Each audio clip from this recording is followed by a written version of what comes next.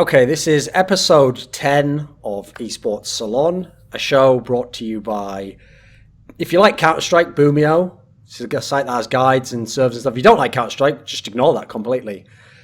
Targeted advertising there, I'm not sure that's what they would have put in the copy, but that's what I'm saying anyway. The other thing it's brought to you by is a site called Esports Pools, which luckily for everyone, does actually offer fantasy and betting in CSGO, League of Legends, Dota 2. You see, I know what I'm doing here. So in all these games, you can be as biased as you want in these games. Like, I can just pick, like, Froggen in the NA LCS, and even though I know really his team won't win that many games, so I actually won't win any fantasy contests, doesn't matter. Because actually, what I get to do in that world is I could put, like, good players with him, and then I could be like, wow, look at this team. Imagine if this team existed, and if he just does decently, just farms, hogs the tower, but then the other players carrying the game, actually, we all get to win. So what's good is bias can actually be good in fantasy, as long as you know what you're doing, okay. So I'm going to go around the overlay here. I'm Thorin, you obviously, always am, always will be. That's about all that needs to be said about me, right? So I'll go around the overlay to introduce everyone here. It's got a very varied panel here. We're going to start in the top right, where we've got Blitz. Now, he is a former player from Dota 2. Interestingly enough, actually did play for Dignitas very briefly. He is someone who is best known as one of the best color commentators in Dota, sometimes analyst. I mean, actually, one of the interesting things about Dota is they really mix up, like, who's on the desk, who does the casting, etc., at different points of time. And a lot of them seemingly just go in and out of being, like, coaches and players. And then, I don't know, it's just like they get bored after a while. Then they're like, right, I'm going to be a player now. No, I'm back to being an analyst. Like, I can't tell. I haven't figured this out, but it's whether they come back to the analysis part, because that's, like, the easy money you do in your downtime, or whether it's the other way around, whether it's, like, sometimes, I'll just be a coach for a while, take a few months off. I haven't figured out the balance yet. I don't know if you have, but maybe we can get into that this episode. So the other person, I'm going to keep going around the boxes here. In the bottom right-hand corner, we have got DDK. Has the Twitter name @followDDK, by the way. I always like to reference this because, first of all, Dan, that is like the most low-level sort of like psychology to just have your name be @followDDK. Not least because, people don't just look at the name and just go, well, if it's an imperative, then I guess I will follow DDK. Like, do you know the worst thing is? I copied it from Too Good. Oh, I know that. That's the best part of it, Dan. You copied it from someone who, on a low-key personal level that no one knows about in public, you have a secret sort of beef with. So I find that even more amusing. Not anymore. At least publicly, he still does not. So apparently there never was one, Dan. Okay, my mistake. All still mates. And Dan is a color commentator in CSGO, most famously working for FACEIT and doing ECS, but he also used to be a player as well. He used to play Quake 4 back in the days, and has recently was trying to be a pro in Quake Champions. Didn't quite work out for him, but we'll move quickly on from that part, Dan. You're still a world-class commentator, and that's all that fucking matters, Dan, quite frankly, as far as I'm concerned. I don't mind if you weren't that good a player. Interesting detail again, Dan also played for Dignitas at one point in time, correct? Yep. Okay, so you see the theme I've got here? No one knew it, but there's a secret theme. This entire episode was secretly funded by Odie, and it's one of the best orgs we've ever beat. No, I'm just joking. Okay. So the last member of our panel is Jatt, who also played for Dignitas. He was the jungler there, I believe, when they won MLG, right?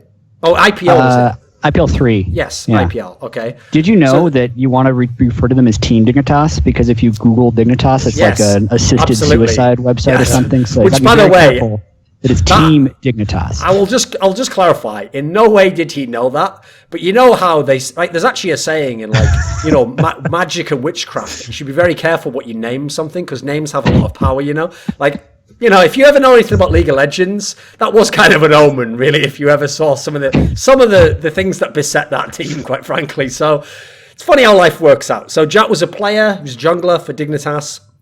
Then he moved to Riot, and he had the tough choice to make. Was he going to be a game designer? Was he going to be a commentator? Obviously, commentator is actually the only one of those jobs that exist at Riot. Haha, just making a joke for you there, Blitz. But he actually chose to be a commentator primarily. He left the world of game design to the others.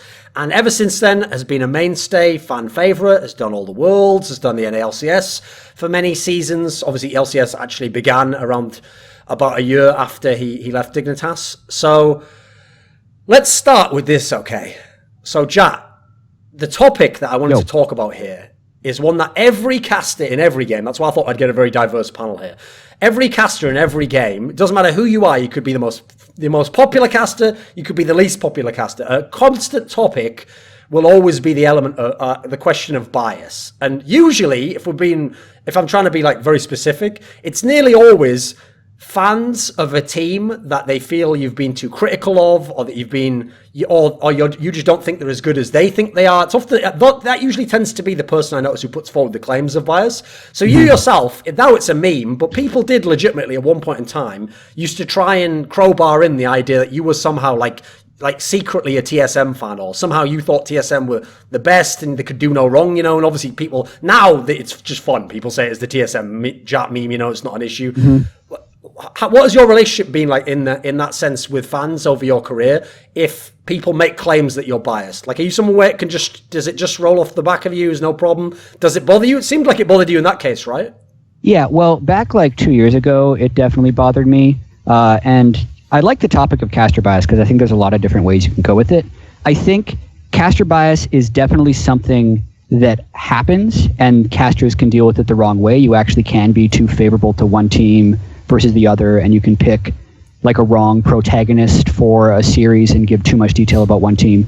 But also, even if you're giving balanced commentary, since everyone comes into the match as a viewer from a different perspective, they're going to see more bias. So like when TSM Jatt started, it was at an international tournament, which is where I feel like you're going to get the most claims of bias, because you have people that have watched like Fnatic, a European team, almost exclusively up until that point. And then you have people that have watched TSM, a North American team, almost exclusively up to that point. And I think from a storytelling perspective, you need to come into it as honest and well prepared as possible. And one thing that happened at the MSI tournament is TSM, to most of the people looking at it, came in looking pretty good. And then they were absolutely awful at the actual tournament. So when I started saying like, oh man, people didn't expect TSM to do this badly, they're like, well, I did. I'm a Fnatic fan. I thought Europe was going to smash him. He's clearly so biased saying it this way. So I think in that sense, there was like one or two things that I, looking back, would have done differently, but I think that was mostly unavoidable to get people thinking there was actual bias whenever expectations differ so wildly from results. A lot of fans are, results-based and stuff like that. So I think that's at least the first thing I'd say on the topic. Okay. Do you think bias exists, DDK? Like, are casters biased in general? Can you see why people would say that? I think is in many cases, I feel like people sort of want to believe the thing that would make them feel better in that sense. Like they want to, if let's say a caster is saying some shit about their team, they're going to want to think, oh, well, he's being biased, because the first negative thing that comes to mind. And that's, I think that the kind of level that a fan thinks of things is very different as to a commentator, because the commentator is focusing on narratives. And so you're trying to always drive home the best narrative points. And so I think this is where bias really sort of tends to like fall away a little bit. Like for example, there are spots where, let's say in Counter-Strike, where I'm commentating on one team, and I would say, whenever it always goes back to that question when someone asks you what team is your favorite team. Like I've been asked that hundreds of times, and I'm always going to say this horrible cliche answer. I'm a fan of the best Counter-Strike, which is probably something a lot of talent would say. But in reality, there is the case sometimes. Like for example, I've had favorite teams for whatever reason. Maybe because I think that they play the best Counter-Strike, or maybe because I like the storylines of certain players. But you sort of throw that all kind of melts to the wayside when you actually commentate. You're just playing on the narratives that the fans understand and respect, the narratives that are also that have been told on the analyst desk and so on. You try to work all that together, but then there is the problem, because sometimes whilst you're doing this, you still also can't be dishonest to what's happening in the actual game. So there's this balancing act, I feel like, in trying to avoid sounding like you're like really just giving loads of shit to one team because they're getting absolutely crushed, for example, because that's the narrative, that's what's happening right now, and that's the storyline. Maybe it's the underdog team's just getting crushed by the better team, but at the same time, you've also got to look after people's sort of emotional state and keep them engaged in the game. And that's about weaving in a particular, I wouldn't say goes so far as to say a lie, but you're sort of stretching the truth to make it still feel engaging. So I feel like as a commentator, when people talk about bias, I feel like there's so much shit going on about trying to manage the storylines to keep it engaging for fans, and also still keep it honest to the game, and also keep it honest also to the integrity of the competition for the players playing at an elite level. Because for example, you can critique a player when you have all this breadth of knowledge, but there's hidden parts of the game, even to the highest level commentators, and even players who are watching, where they might not understand the difference that has been made on a particular map in a particular position from a metagame standpoint, which that player knows intimately. This even goes down to Matt vetoes Duncan, for example. Like sometimes there are things that are inexplicable in Matt vetoes that we just don't know about. So it's a completely different thing. And so for me personally, I try to make sure I'm as fair possible in every single sense. And I think that's a really very hard line to walk, and you can't possibly get it right. And fans ultimately are going to think what they think. I feel like I'm kind of lucky because I think as a commentator, we've all been criticized heavily for it at one point or another, but I don't tend to really pay too much attention to it personally. Okay. Yeah. One thing that I just want to add to that, like when you're following narratives and carrying things on, sometimes people are going to think you're biased if you just say too many good things about one team, right? Yes. And it doesn't matter if they're actually good or deserving of those things if you keep talking about them. So I think one of the reasons, to bring it back to me, that like TSM Jatt existed is I cast the North American LCS, and TSM has been in the finals every single time. Sure. So if someone's been watching over the long term, they're wondering why I'm saying so many positive things about TSM, because they've been doing lots of good things, right, across history. So that's just another factor that you have to be honest to. And then the people that aren't happy with that narrative are going to call you biased no matter what. But that doesn't mean that you should be untrue to the story just to avoid being called biased. Sure. So in general, when I do these sorts of shows, people can jump in on anything like someone says that they want to follow up on, or ask a question or whatever. But to start out with Blitz, my question to you to start you out on the show would be this. Since you're someone who, not that long ago, in theory, was involved with being a player or a coach, and therefore actually has direct relationships with some of the players that go beyond just being a caster, and in Dota particularly, it's actually a game where I think, compared to any other game I've seen, especially it's very different in CS, but a lot of the casters and casting talent are actually very intimately friends with the people who are the top players in the Western teams. So there's an obvious area there where people who think that you're being biased into a player, maybe they're a fan of that team, or you're being too negative, or for example, let's say you're too critical of a Chinese player, that would just be a very easy, almost kind of a lazy way for them to say, oh, it's because he's friends with RTZ or whatever, whoever it might be. What's your relationship been like with this concept in your career? Is it not like that for the other scenes? Do you guys... Difference is, right, okay, so maybe for Jatt it is, okay, he's at the studio with some of these people, but in CS, for example, there's no real, rhyme or reason. Like, the most famous caster isn't necessarily friends with a whole bunch of the pros, Some of them, they might not interact that much. Then again, though, part of the issue is, if you think about CS, it's like we only have your Western scene from Dota. We don't have a China and a Korea, so there's no sort of contrast that way. There's no one where it can be like, you're biased against, this region because you don't know them all personally, etc. I realize Korea is a bit of a different case in your particular instance, but China's the obvious one that people always claim bias. People will always say that the casters are biased for the top, whatever, EG or whoever it might be, but they'll always claim, this Chinese team they think super good or did well in some contest there always is undervalued and stuff. You don't think that's the case? Is it not? It's not been an issue for you? Not really. So something I've kind of come to terms with is that I play FPL, the FACEIT Pro League, with a lot of the pros and stuff, and I have high MMR, so I run into the players a lot, and so I naturally just tend to have a good relationship with all of them. Like I just was up till 6 a.m. last night playing FPL, and for me anyways, I kind of realized I'm going to be casting this or just being involved with the scene for a lot, and I'm going to have to watch my friends lose, and so I've kind of just come to grips with that, and I'm okay with that. And so when I cast a game, in the back of my mind, maybe in a deep dark corner, I'll say damn, I wish that person had won because I know that person and I want that person to do well. And you can't really help that. But when it comes to casting, I personally always like the people that I don't know to win because I think it's more exciting and I get really genuinely a lot more excited about it. Because if I see, for example, Artur or Zai win a tournament, I know that they've won before, they're going to win again sometime in their career. But for example, at Boston Major, when I saw Mouse Sports, I didn't really know any of those guys too well, but it was just exciting to watch. It was so fun watching them get as far as they did. Same with this year's TI, when I saw Newbie and both the LGD teams go as well as they did. I've never talked to DDC a day in my life, but he's one of those guys who's attended every single TI. For him to get top 4, I was so happy about that. When it comes to the weird thing, by the way, when you mention that is anytime a Western team gets knocked out, they only root for the Chinese teams. They don't want a Western team to win that TI. Listen, there's a lot of haters out there Yes. within domestic and national scenes. You know, that's not common to Dota, I can tell you that much. No matter what people say in interviews, by the way. You know, like, obviously in the interview you say, no, I'm going to pull for the other guys from my region now. Secretly, you just go, I hope they don't fucking place above me. Let's all fail together, you know. Okay. Yeah. That's totally that. So, Jatt, here's a question, okay? So, since at Riot, one thing that's unique about your esport, I think, actually, is that the level that the production has in setting up a cast and doing prep work, etc., a lot of that is just on individual people in other games. Like, if I really want to think of the narratives and which ones I'm going to put, that's purely up to me. But we know at Riot you have the meetings and people figure these things out and even what kind of their style is going to be and how they fit together.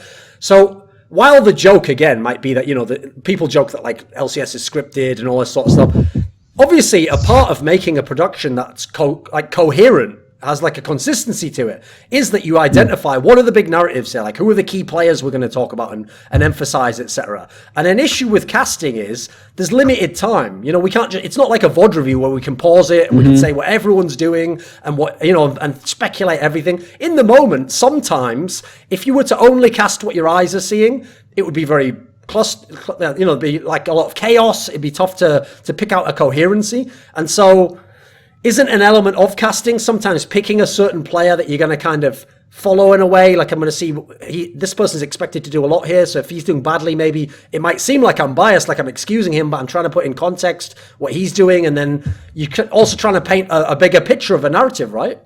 Yeah, I mean, there's a lot to unpack there, right? So story meetings is one thing where you're pretty much just sharing ideas with other casters and other people that are well involved with the scene. And I think that actually helps everyone get in the mindset of figuring out what's the most important thing to say at the time. Because as you mentioned, you do have a limited amount of time. So I really like the story meetings, and I feel like even when I go to in the past when I've gone to other events where we have freelancers and stuff, I still like syncing with them and my co-casters before the series or games to set up exactly what storylines you're going to hit on. And from there, once you're in the game, you're just trying to go off your tier list of most important things to say. And then it's pretty much just an art of being a caster, right? Figuring out when the game supersedes what your story is coming before it, or when something so crazy in the game happens that you have to abandon the rest of it. Like, one thing that I read in a book I read called like The Art of Sportscasting is you prep 100%, use 20% of what you've prepped. Yes. And that gives you the best broadcast, so to speak. Okay. Because isn't this an issue? Like I said, the issue of the limited time and the fact that you come in kind of with a few ideas. This is for everyone, by the way. But just the fact okay, here's a great example. Is one of the reasons I've noticed in MMA that a lot of fans get really mad at Joe Rogan is they think he's really biased, right? But as someone who's done some casting and been involved with talent myself in other areas, when I've tried to apply the razor of like how I think of the way that you cast and the technical aspects, I think part of it, okay, listen, maybe there's occasionally instances where he crossed the line and people know he's friends with that person and they think he was biased. But sometimes I feel like part of it is that because people know what they like to hear, but they don't know the mechanics of casting, I feel like sometimes they're mistaking, for example, where he's casting, say, someone who was a very dominant champion and is now losing a fight where they were expected to win. And so it sounds like all he's doing is making excuses for that guy or explaining, you know, like what things that guy's doing good. But if I put myself in his position, since he knows the context of what's going on there, it might, in a weird way, be more important to explain what the champion is doing slightly off here, or if he thinks the champion is still going to come through and win the fight, like the openings he thinks are going to be converted. Like, so it'll sound very weird because a fan might naively think, no, all you do is you sit there and you just say whatever's happening, and then you analyze it like some robot, you know. But in a way, don't you have to, like, okay, this is kind of what I'm getting at. Don't you, in some senses, have to be biased in as much as you have to decide what criteria are most important to you? You have to decide what aspect you're going to talk about now, sometimes at the expense of another aspect that you can't focus on in that moment. Yeah, can I jump in real quick? Yeah, come on. Even to kind of simplify that question, it's like, how do you decide what a good play is versus a bad play? Because every good play is either one person performing better than the expected result or someone making a mistake and the other person doing the expected. Yes. And that 100% depends on context, and that's where pretty much every application of bias comes into it. So I think that would be like the better discussion of how do you decide when someone does something good versus something bad. And I feel like that completely depends on the context, and it's dishonest to the story if you cast it like a robot with nameplates off just in the game, because that makes underdog stories, upsets, dynasties, it makes all of that irrelevant. So you have to come into the series with that context, and you could call it bias in mind, but it just depends how honest you're being to the truth. And that's it's another good point, which goes back to what you were mentioning previously about being friends with some of the top players. And I've never really exclusively tried to avoid being friends with top players and pro players in Counter-Strike. There's a lot of them which I of which I really like and enjoy having a chat with and spending time with. But at the same time, I don't actually go out looking to try to make those relationships. And one of the reasons behind that is because I feel like there's going to be spots where the storyline is going to be a bit larger than life in a certain moment, and one guy is going to come out of that storyline. One of the players is going to come out of that storyline looking like the asshole in a sense, not necessarily an asshole, but like he's the guy that fucked up, and Yes. I feel like it's an easier way to sort of distance yourself from that, because you want to be, because you're there for the fans ultimately, as are the players. Like ultimately, we're all servicing the fans, and the fans are there and in numbers, and they are really what makes it a sport. In many senses as well, the players and the fans. So in doing that service, I feel like that's one of the many sacrifices you have to make. And I think that, as you said, talking about biasing certain points of view as to how you're going to attack, like how you describe a play, whether it be in a good or a bad sense, it all does come down to sacrifices, because it's always opportunity cost. You're always saying, I'm going to talk about this one thing, and there's then 5 other threads which you have to close at that one moment. And the other thing there, which is really interesting about commentary, this might be a slight digression, so I'll keep it short, is actually how it also works with your co-commentator or co-commentators from that perspective, because oftentimes you want to pull for one narrative, but they're pulling from a different perspective, but you have to make that sacrifice there as well, and just sort of bite the bullet. Even if you know like this is going to make you sound super smart and super awesome at your job, you got to kind of let them just play off of them again for the service of the whole thing.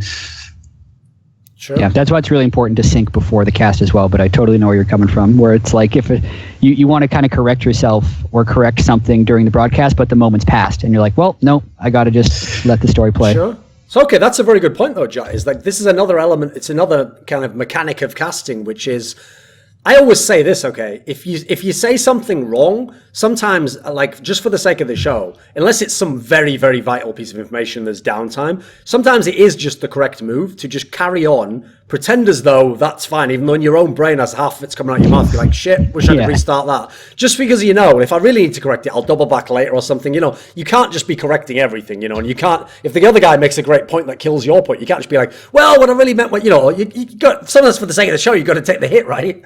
Mm-hmm. Yeah, it sort absolutely. of sucks people out of the engrossment. As soon as you bring in something that's sort of negative in any sense, it just pulls people out, and it's what is it like? What's the term? Breaks the fourth wall. Yeah, break the fourth wall. Yeah, that's essentially what it does. So yeah. Okay, so Blitz, do you think that you have, like, are you someone who's put a lot of thought into your casting? Do you have like a defined set of criteria you favor over others? Like a great way I saw to address this topic, okay, because what spurred me to do it was in the EU LCS, there was a team who came in with one of the top seeds, and they were favored to perhaps win the entire competition. And instead, they lost in the big semi-final where they were a massive favourite, or considered a massive favourite to an underdog, and they didn't do any of the things that were expected. And so the problem is, after the game, people levelled claims of bias against the caster because he kind of casted how I'm saying here, like he would kind of cast like, oh, maybe they could still come back because they were in theory the better team, and he thought they were going to overcome certain disadvantages that perhaps if it was just 2 random teams, he'd say, no, the game's fairly over here, this is not going to happen. So what this made me think about, okay, is I saw a really great kind of rebuff to this by a commentator in League of Legends who commentates in Korea called Papa Smithy, where he explained, I think, well, it's a really great point I want to kind of put to you, which is, he said, I don't know if it was in these words, but this is the gist, essentially that he is kind of biased when he casts, but that's because he's biased to what he sees as like the best way to play the game. Like whatever he sees as the correct decisions and kind of the ideal way to play the game or the highest level way to play the game, he'll always be biased in that sense. Like that's how he'll cast the game. If someone's doing badly and they're kind of doing the wrong thing, it's going to seem even more critical. It's going to seem harsher. If someone's like maybe doing the right thing, but they're losing a little bit, maybe he might seem like he's being more favorable to them. Can you see where he's coming from? Yeah, I mean, so for example, I worked with 2 of, I think, like the best captains in the world. I worked with Kuroki on Liquid last year for the majority of their run, and I worked with Planet Odd this year with Misery, who got second at TI. So I worked with one captain who won TI and another who got second and won a bunch of majors. Yeah. And so in that perspective, like they both kind of think about Dota in the same way. I don't really want to expand upon that because that'd be giving away trade secret, but they think about Dota in the same way, in the same sense anyways, like how to treat the map. And so oftentimes when I see a team not do it the same way, I can tend to be a little bit harsher in that regard, because I think like there is a correct way to play Dota. Obviously, it's the way that I know how to play Dota and the way that I was taught Dota. And so oftentimes, for example, I was casting a game of OG, who's just a fan favorite. I think this always comes up in like fan favorite teams. It's like they're really passionate, right? And I'll say like, oh, I think OG messed up here. I don't think that they should be doing this. And then I'll get a bunch of comments or tweets directed at me like, hey, why do you hate OG so much? I'm like, no, I don't. It's just I want to see what my version of Dota is. And that's where the real bias lies, is that I don't really care what team it is or who's involved or anything like that, because I realize like, yes, I'm friends, but Misery used to like affectionately refer to me as a boy whore, because I'd say like, that's my boy. Right. You do know everyone know, right? Yeah. Just say like, oh, wow, okay. He's like, that's your boy. I was like, I'd always point to a guy and say like, that's my boy. And he's like, dude, everyone's your boy. And so the only thing that matters to me in a cast is, do I think they're playing Dota the correct way? And the problem with Dota is like, there's 100 different ways to play, but I only know one way to play. Yeah. I had this, sorry, go ahead. Okay. I want to touch on the European LCS thing, because I talked to the casters that were attacked by it, but I really like the point you just made, Blitz, because I feel like that's a constant struggle that all the casters end up going through, is like, you have the way you want to play the game, but the team also has the way they want to play the game. So then there's this balance between telling the story of what this team's goals are versus if you think it's wrong or not. Because I have a hard time saying that a team is doing something wrong or that they had a bad draft, for instance, if they drafted exactly to their preferences, right? So that's a really difficult thing to do. And oftentimes I think it is. All of us end up thinking the right play or the wrong play is what we think. But I think the biggest challenge is trying to figure out what the team's goals are and then explaining what those goals are and whether or not they succeeded at doing that. So just curious what your thoughts are like all around that regard. If there's a team that you don't agree with, like OG, like what's the value in saying, oh, I don't like this, but this is what they're going for and this is why? Yeah. I mean, okay, so I'll give you the clearest cut example of that. At TI, in Dota anyways, I don't know if they have a league team, but I know in CSGO they're a good CSGO team, Na'Vi. Mm-hmm. Yeah, so Na'Vi has like the most passionate fans ever. But I hated how they played at TI6. Like running up to that tournament, I knew they were going to get bodied. I was just like, oh my God, they're not changing anything. They played like 3 tournaments in a row before that, and they just kept doing the same thing. And I was like having like panic attacks. I was like, I'm about to cast these guys. Like they're going to get stomped. This is going to suck like for everyone involved. And at the same time, it's like, I'm trying to explain like, hey guys, this might be why they drafted this way. But I'm thinking to myself, like, you guys are going to get crushed. Yeah, well, that's the problem, right? Because you think they're going to lose, but then you're afraid of the backlash from the community if you trash talk them before the match and then they win. Yes. So how do you manage that scenario? It's rough because before the game, I was like, okay, I think this draft's going to be a bit rough. Na'Vi, they're going to run the same exact thing that they have for the past 6 months. They're going to get figured out, but it's difficult, especially when it comes to a team like Na'Vi, because everyone thinks if I go into a cast and I'm even a little bit negative about their play style and I have a little bit of hate towards it, for some reason, everyone thinks like I have this personal preference of dislike against any of their players or anything like that. Well, here's the funny thing, okay? I can give you an absolute parallel that happened in League of Legends, which was there's a caster, a female caster, who's most famous for casting in China in the LPL called Froskurin.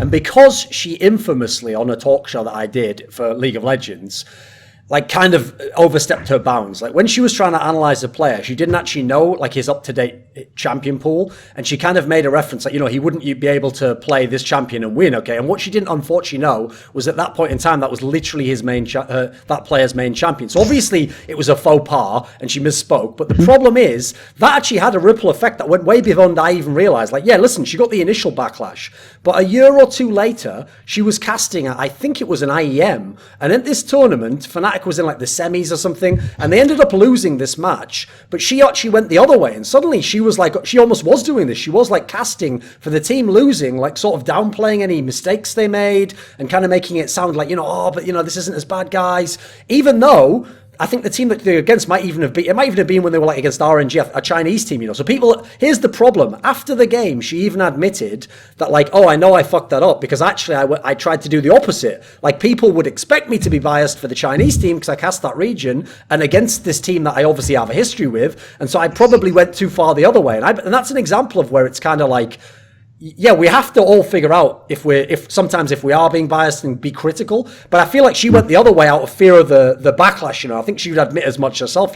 She thought, like you're saying here, since people think I have a history of not liking this team or how they're doing, like I should do the other thing and almost make them sound better, which in a way almost just sounds like the same problem in reverse. Mm-hmm. You got to make sure you're not overcorrecting, right, and be as honest as possible. So to almost go full circle back to the Vedius with the Fnatic in the semifinal match over in League of Legends that happened a few weeks ago. I talked to him about what he thinks was right or wrong about the cast, right? Because sometimes the backlash is warranted and sometimes it's not warranted, depending on how accurate being to the story. So the game that happened was the 6th seed going into the playoffs versus the number 1 seed going into the playoffs. So your expectations coming into the game is that the 1 seed is good. These are all the things they're going to be doing well. And then the 6th seed, obviously you expect them to lose, so you don't want to like dump on them too hard before the game, kind of say some of the things that they could potentially do to win, but also say that it's not very likely. So where Vedius went wrong in this instance was in game 1, when the 6th seed Misfits were doing all these great things, they weren't necessarily giving them hype. They were just kind of saying what happened. So they're saying, oh yeah, Misfits, they make that play and now they have a 2,000 gold lead. Instead of saying like, wow, like against expectations, look at all these things they're doing well. Or even just saying, oh man, Fnatic, this number 1 seed, now in a hole, they got to bounce back from this right away. And then whenever Fnatic was making a positive play, it was like they just were on autopilot for how they looked all year, being like, oh yeah, they're only 2,000 gold down. Now they're going to be able to turn it around. And that has that really quick effect for people early on. And then for what it's worth, in games 2 and 3 of the series, I thought they were much more balanced in the way they were doing it, bringing in past history, talking about the potential of an upset, saying how great it is for Misfits. But by that point, the Reddit thread was already there. People had already made up their minds, and they're kind of hearing what they want to hear. So that was an instance where there was actually some, misinformed casting in the sense that they weren't quick enough to tell the honest story. But the intentions were correct going into the series, that it is a bit of a David versus Goliath matchup. Okay, so to tie into what you were saying there, Blitz, about like your philosophy on how to play the game and if teams don't play that way, while I realise I am a bit of an outlier in as much as whenever I do analysis work or have done a commentary, I'm obviously not going for like popularity. That's kind of my entire thing. I'm kind of going like the anti-charisma route, and people are entirely allowed to view me as a villain and think that I'm full of shit. I've kind of in a weird way I've avoided this backlash issue by building the backlash into it's almost at this point it's almost praise for me. Like Thorin, do you intentionally bait community like popular teams versus what you would think is true sometimes just for the conversation? No, here's the thing. That's one element that I will say. I don't like sit around and kind of think of what would piss people off. But what I'll say is this. Let's say I legitimately am criticizing a team because I don't think they played the right way, or I think, for example, they won and they were like a little bit fortunate, If I then know also that fan base gets super easily triggered, or I think it would just be funny and entertaining, I'll just express it. I'll put a little bit more mustard on the hot dog is what I always say, Like I will, like for example, the obvious example we could use to tie it back in League of Legends is people think because of my history with the team that I'm like the ultimate hater of TSM. And I'm not even really that much of a foil for them, It's only in very specific cases where I'm very, very critical of them. And it's usually not specific players, But if as a result TSM does something where they fuck up, yeah, I'll add a little bit of spice to the equation, because it's fun. I think sometimes someone, well, in a weird way, okay, this might sound like I'm trying to have it all at once, but I do also think that because of this tough conversation we're having here about people whose job is they're just a caster and they have to kind of be careful of public backlash, I think sometimes by being a bit of like the trickster and being a bit too, being able to say things others can't, that it allows the discussion to happen. That'll just be the elephant in the room. Otherwise, it'll never be spoken about because other people think, well, it's not expedient for me to talk about this team in that way, or the fact that this team is failing, and they kind of wait for someone else to do it. And in some cases, I think it wouldn't happen. So while on one hand, I'm definitely doing it for my own amusement, hand in the air on that one. Sometimes I also think it serves, it's useful, and I'm a bit lucky in as much as I can kind of be the outsider doing that because I'm not trying to make my living off the idea I'm like the big fan favorite or anything like that. So it's a bit of a unique case for me. But anyway, the point I was trying to get to basically is that I actually go maybe far beyond you guys, where I actually think in a weird way that being biased is good because of the Papa Smithy comment. I kind of really vibed with that. That really resonated with me because what I try to do in general is regardless of who I like as in I enjoy them aesthetically or who I'm friends with or whatever, what I didn't really try to do is I spend a lot of time watching the game and thinking about the game and trying to come up with what in this meta and with this type of personnel is the best way for this team to play. And when I come up with that, part of it means, for me at least, that I have to kind of have sort of a ranking of criteria in my mind as to what I think's valued more than this one over here. I can't have them all be equal, otherwise it'd be very difficult for me to make any kind of value judgments in the game, beyond the obvious that's happening, like this person just killed this one, To make any value judgment of how good it is or how important it is to the game, I kind of have to have a bias where I've selected which criteria I value the most.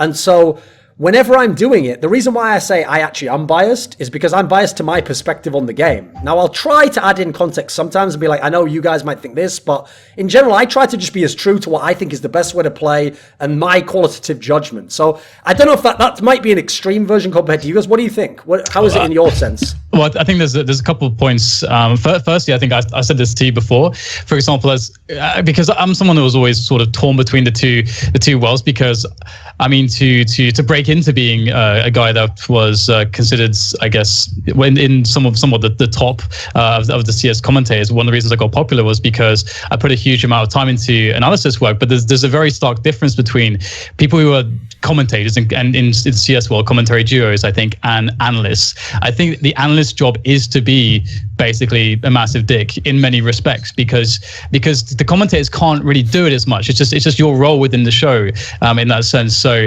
that's one thing that I like. So for example, for you, I think obviously you're doing it perfectly in that sense, and I think this is why I think you in some I am very good at being a massive dick, Dan. You are right. I have mastered that craft to some degree, And I think it's really important. And I think you're right. Some people I think are afraid of doing this just because it is not an obvious thing to think of yourself as one of the characters on the show that is, or the soap opera that is, CS:GO or whatever esport it might be, because that's essentially what we're all doing. We're all playing different roles. So yes. That's one thing I think people should be more aware of, especially when you go on the analyst desk. And people I think are getting better at it. But to move quickly to the idea of bias in commentary from the Papa Smithy comment, for me the difficulty there as well, coming more from the background of someone who's trying to understand what's going on, who's trying to highlight how well a team is playing and to do so by explaining it strategically, tactically, and to say where all the players are fitting in to run all those narratives. All of a sudden, when you have a team which is not playing what you think is correct Counter-Strike, which you would see from the top 8 teams in CS:GO, for example, you're in a situation suddenly where you're like, okay, now what I have to do, or what I feel compelled to do, because I feel compelled to actually tell everyone why this game is awesome, as opposed to why this. I try to make it sound good that this team is doing something that's completely strategically ridiculous, is then I'm all of a sudden just framing the commentary instead of, again, on those narratives around the players and how their team is operating and how their take on the overall structure of that strategy should work. I'm framing it within, this is how you kind of should play, but I'm trying to say it in a way where I'm not telling everyone, well, they should be doing it like this, but they're not, which means they're bad. I'm kind of saying it like, these are the choices that they're not making. And why are they not making these choices? This team does it like this. This is a big idea that's, let's say in map control, let's say the idea is that this is a team that's just not using map control, and that's clearly why they're losing. You can't just skim over that fact that they're just playing completely strategically wrong. So then all of a sudden the commentary becomes about that story. And that's where I suffer the most, because you can't just not bring those things up. So you have to do it, and you have to basically, you're treading on eggshells the entire time, I feel like. Yeah, you have to be critical but fair. And I think one important note is where you are in the broadcast does dictate how biased you should be, right? When you're broadcasting the actual game in commentary, you want to be as fair and as balanced as possible. When you're doing an analyst desk segment, you actually want to get strong opinions on there. And that's sometimes where, because so many of us in esports work both. We work the analyst desk, we work articles outside, we work talk shows, and then we also work broadcast. And if we're going to make a parallel to traditional sports, that's very rare, right? Yes. You don't have Chris Collinsworth doing Monday Night Football, but also giving his prediction before the game. But that's a world where we all live in, where you're going to make a prediction on social media and then go into the broadcast and now be fair. But people are already colored that you were favoring this team because you predicted them. But there are actually pretty strict lines of how you should be conducting yourself in each of those things. And there's also, like, we're all pretty much always doing a national broadcast for what that means, but that's not always true in all sports. Like the Chicago White Sox radio announcer, for instance, every time they go to break, he'll be like, the score is 2-1 for the good guys. He's clearly always going towards expected to be biased, right? And he's expected to be biased because that's what the fans want. And we have this really weird balance in esports where since so many people are kind of judged and hired based on how much fans like them, that there's even incentive sometimes to be biased towards the popular teams because that means you're going to get more work, right? And that's the really hard thing to be able to keep balanced, I think, for a lot of casters. And one thing too, to quickly add on to that point as well, is if you do in some respect overstep, but not overstep in too much of a way where it looks like you're not doing your job well enough or that you're being too critical, but let's say you step outside of the normal sort of commentary and you step outside of the normal sort of play-by-play and outside of the normal narratives and humor that you might have to take a more serious note to highlight, strategical and analytical points about a team, as though you're an analyst. Then there's this issue of almost like a dissonance because people, again, they don't see you as an analyst. So sometimes, for example, you can have someone who's completely incapable as an analyst, but if he's put on the desk and everyone said this is an analyst, people will look at that guy and from a fan perspective and say, okay, this guy is an analyst, so therefore what he's saying has this amount of weight. And if it's a commentator, you're not expected to have the analytical sort of weight behind you. So that's also can be an issue, I think, as well, that commentators might struggle with. I don't think so much, if you're, let's say, a player like this, then that's your story. Everyone knows that you were a player and then now you're in like a commentary pairing. But for just the regular commentators, that's another struggle, I think. Yeah. And I like always just, in order to kind of walk the line between this, just back up whatever you have to say is one thing that I like to do. You want to say this team's going to win versus that team's going to lose. Here are the reasons why. I'm giving you 3 reasons and that's it. Rather than just saying, oh yeah, I think Cloud9's going to win because they're better. Like that's when you're going to get called biased because you're not actually backing up your arguments, and that actually does make you biased and it makes you perceived as biased. Sure. I also think you touched on a great point there, Dan, about roles as well. Like, for example, if any of us are doing the analyst desk, like beyond casting, like in casting, yeah, you have a duo and you have to work off each other. And if you're lucky, maybe you're in a game where you do a duo, like a permanent set, you can really work on that. If you're in some of the other games, it's a bit more mixed, and you hope you learn that guy's kind of pacing and kind of where he's going to go. But on analyst desks, especially, whether explicitly explained, behind the scenes or just by virtue of good chemistry, you really do want to play different roles. Like on analyst desks especially, I play up the villain aspect even more because I know that way that there's certain analysts, okay, who are the fan favorites and they're never supposed to be biased at all. So I'm actually going to go ahead and be the critical one immediately when a team that was favored did badly, because then that guy doesn't have to take the hit in that way. I also enjoy it. Like I'm fucked up enough for that and so, but that way he doesn't get wrecked when he then makes those same points, because again, on the desk, it's about balance. So everyone's not going to say the same thing, one after another. And likewise, sometimes on a desk, you have limited time. So for example, if we're doing the prediction part, right, if I really think Team A is going to win and the other guy thinks Team B is going to win, it doesn't really make sense for me to break down every possible way Team B can win. It probably makes more sense for me to just outline quite clearly why I think Team A is going to win, and then leave it as, yes, guess what? I've just left the noose around my neck that if Team B wins, everyone's going to wreck me and think I didn't have any chance for them and all that. But in the balance of the broadcast, why don't I give that guy the time for Team B, let him expand it, because we get the most out of the time, which is, again, unfortunately, I don't blame fans for that. That's another technical aspect, which you've got to kind of be in the business to know how the sausage is made on that one, I think. Well, this is, I think, there's two things going on here. I mean, firstly, of course, it is a pantomime in many respects in that sense. I think when it's done really well, that's the entire point. You're supposed to captivate the audience by having very recognizable substructures to the narratives of how the desk is going to operate and how the stories are told from a character perspective on the show. So people can look at a show, like a fan can turn on the television, and maybe even that they don't understand Counter-Strike, but they can tell you about the people straight away. Like that's really how it's supposed to work in many senses. For a show to come together, but then you have this. I'm losing my train of thought here. Oh no, the it's gone. pantomime and the substructures down in the balance of a desk. Pantomime. Taking on roles. Come on, any of this hitting? Anything? Fuck. I knew as soon as I started to over explain that would happen. So maybe it'll come back to me. You know how it is. The harder you search for it, the further away it goes. I will say though that my biggest issue with Dota in general, in terms of commentary, is at times I don't think we're harsh enough. I feel like it's almost like we're too vanilla in that sense. Like every single time a TI rolls around, people say like, "Oh, something's wrong with the panel." And what I started to put together is that we all say the same things and we all just agree with each other because in especially our community, we don't want. It's really weird for me, anyways. I'm a huge sports fan, so when I see Shaq like do the Shaqting a full thing, I think that shit's hilarious. But if you were ever to do that in Dota, you'd be instantly vilified. And so, like, what I'm known for is being the most vanilla person in the world. I got like a shout out thread on Reddit that had like 2,000 upvotes because it's like, Blitz, thank you for not criticizing any player. And I was like, damn. That was actually like, that was the thing. And at the same time, like, I started to realize like, it's not that fun when you're not willing to take any side, when you're just always in the middle. Like, sure, you're going to be liked, but it doesn't lead to entertaining broadcast whatsoever. It's not as good a show, is it? Yeah, exactly. Yeah, it's like I started to realize that after that. I was like, I felt really good for a second. I was like, people really like my casting. And then I was like, well, at the same time, like, it's because I don't upset anybody. It's super vanilla and bland. And so even if they like you, they don't love you. And, you know, it's not that they don't dislike you. They don't hate you. You're in the middle and it's very boring. And this is kind of actually, you reminded me of my point very quickly. And this, you reminded me very well because the point I was going to make was about audience, because one of the differences, like for example, when you're talking about that pantomime or everyone playing different roles, right? Like for example, you Duncan, you're saying, oh, let's say you're putting yourself in a position where everyone's going to shit on you because that's kind of part of how it works. The problem is that obviously in our industry as well, is it's very driven by like who gets hired can often be very community driven. At least in CS:GO that can sometimes be the way. It's not always this way, but it definitely is much more so this way than in regular sports.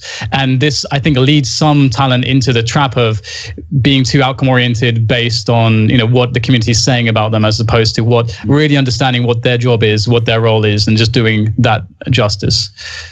Yeah, one thing that ended up happening in League a couple years ago, and this isn't even a caster thing, but it does speak to bias, was there was this really good CLG versus C9 game that we had in the LCS. Sure. And it was so close that the broadcast wanted to do a winner's interview and a loser's interview if they were up to it, right? So CLG won this super close game, and they do the 3-question interview, which is very standard, and then the toss was like, oh, and now we're going to go to the other side and talk to C9. And Hotshot, COD's owner, was actually like streaming his live reaction. He was like, what are they doing? They just cut off our interview to talk to C9. We finally win, and now they're doing this. And like COG fans were fucking livid because they thought that we had just cut off COG in order to do C9 interview. But like from a broadcast perspective, that was the best story because the game was so close. COG gets to have their say and C9 gets to have their say. So that's an instance where like, you need to be willing to take the hit from the community because it's the best story long term. And that's a hard thing to do, right? And a lot of times you need to have the stability in your ecosystem to be able to do that, to make the right call in the clutch. See, Blitz, that's an interesting detail, okay? Because you started out the show cool as fuck, as though, like, I don't really pay attention to what people are saying that way. But you just gave a great example there of the way that they're clearly, like, at least awareness of what the community will think maybe makes people like temper what they would say as an opinion, right? And the reason why I can tell you on a practical, tangible level that I know this is an issue with Dota, like I often say this, okay, it'll sound very harsh, but I often say I think Dota has like the best analysts, because I think you have like 15 people who could all do kind of like, in CSGO we have a guy called Yanko, who basically is the only one who does this role. He's like the really nuts and bolts, know everything about the game, the meta, the correct way to play, can break down every strategy. Now a lot of us don't do that role, okay, but I think that's what Dota actually has the most people who are very good at, because a lot of them are ex-players and coaches or have been around the game a long time, but you don't actually have a lot of people who give like the really bold opinion. I mean, the only one you really had was Melk, who also kind of like, it was accepted, people were just going to just think he was a fucking asshole if he said some harsh comment, you know. And the reason why I can tell you, Blitz, that I know this is an issue in Dota is because I actually had people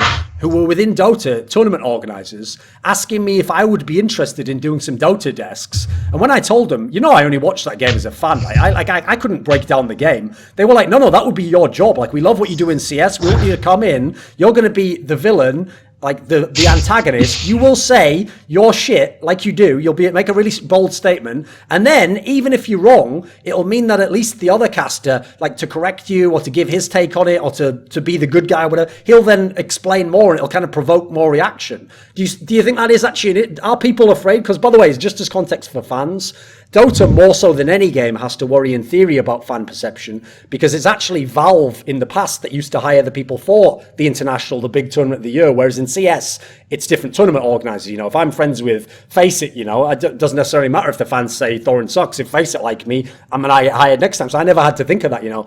What do you think on that topic in Dota, Blitz? I think part of it, too, to bring up your point in terms of, like, all right, so we do this thing every year called Veggies, right? What we'll do is 5 analysts or like 5 people that panel together and stuff. Yeah. What we'll do is we'll enter a major or a minor or a TI, and we'll try to play through to try to make it. And we usually get really far. One time we actually won and we had to forfeit out because we had casting obligations. In the qualifier, you mean? Yeah, so we would have made it to the main qualifiers for a major. Yes. And so, like, in terms of like analysts, yeah, we're very good, because I don't. No offense to you guys, but I don't see any. I don't know if you guys do that or could do that, or if that's like a conflict of interest. But we always do that. We're always going to show, like, hey, we're good enough to still play, or we're at least like good enough to be a top 10 team. But like, part of it is that we're all super incestuous in a way, right? Because we have that kind of relationship, then we have the same understanding of Dota. Then we're all just going to mimic what each other says. Like, I taught Cap how to play Dota, Capitalist, and so like, whatever I think, he's going to think as well, right? And so if you ask us our opinion, like, hey, what do you think on Na'Vi? We're going to say, like, oh, they're both bad because of this reason. And for the most part, I know on panels oftentimes, like, if I have some people that know me on panel, they won't go against what I have to say because they could end up looking like an idiot, right? They're like, oh, Blitz is going to be more right than wrong. So I'll just go with what he has to say, because people do care what the community says. And the community in Dota especially, they value game knowledge. Like, they don't want you to say the wrong things. But at the same time, I think they forget that there are 2 sides to a broadcast, that you need somebody that is willing to take the bullet. Yeah. For example, I just did the panel at TI, and all 3 of us kept choosing the favorites for the series. We'd say, like, okay, so Machine would say, all right, so who do you guys think are going to win? So we'd say, oh, EG, for sure. And then I started to realize halfway through the broadcast, I was like, this is really boring. We're all getting together and saying, like, the best team will win. And at that point, I know you said, like, you don't like to do it just to do it for that sake. Yes. But at that point, I started to take the devil's advocate side. Not a lot, because I'm still the vanilla guy. But I'd say, like, I think EG might lose this series. And so you were still vanilla, but you were like Raspberry Ripple. You know, there's a little bit of fruit in there. Okay. I'd say like, oh, I think EG might lose, and then it sparked better conversation. Then people would say, like, oh, I think, there's no way that you think EG will lose. EG will win because, and then they had to expand their points. Yeah. No, which just made perfect broadcast. Jatt, I actually have a... Okay, sorry. Keep going. Yeah. No, keep going. I will say, though, on the point that you said about the Chinese cast or something, that actually did happen to me, where I was working with Liquid, and then they played Epicenter, which they ended up winning.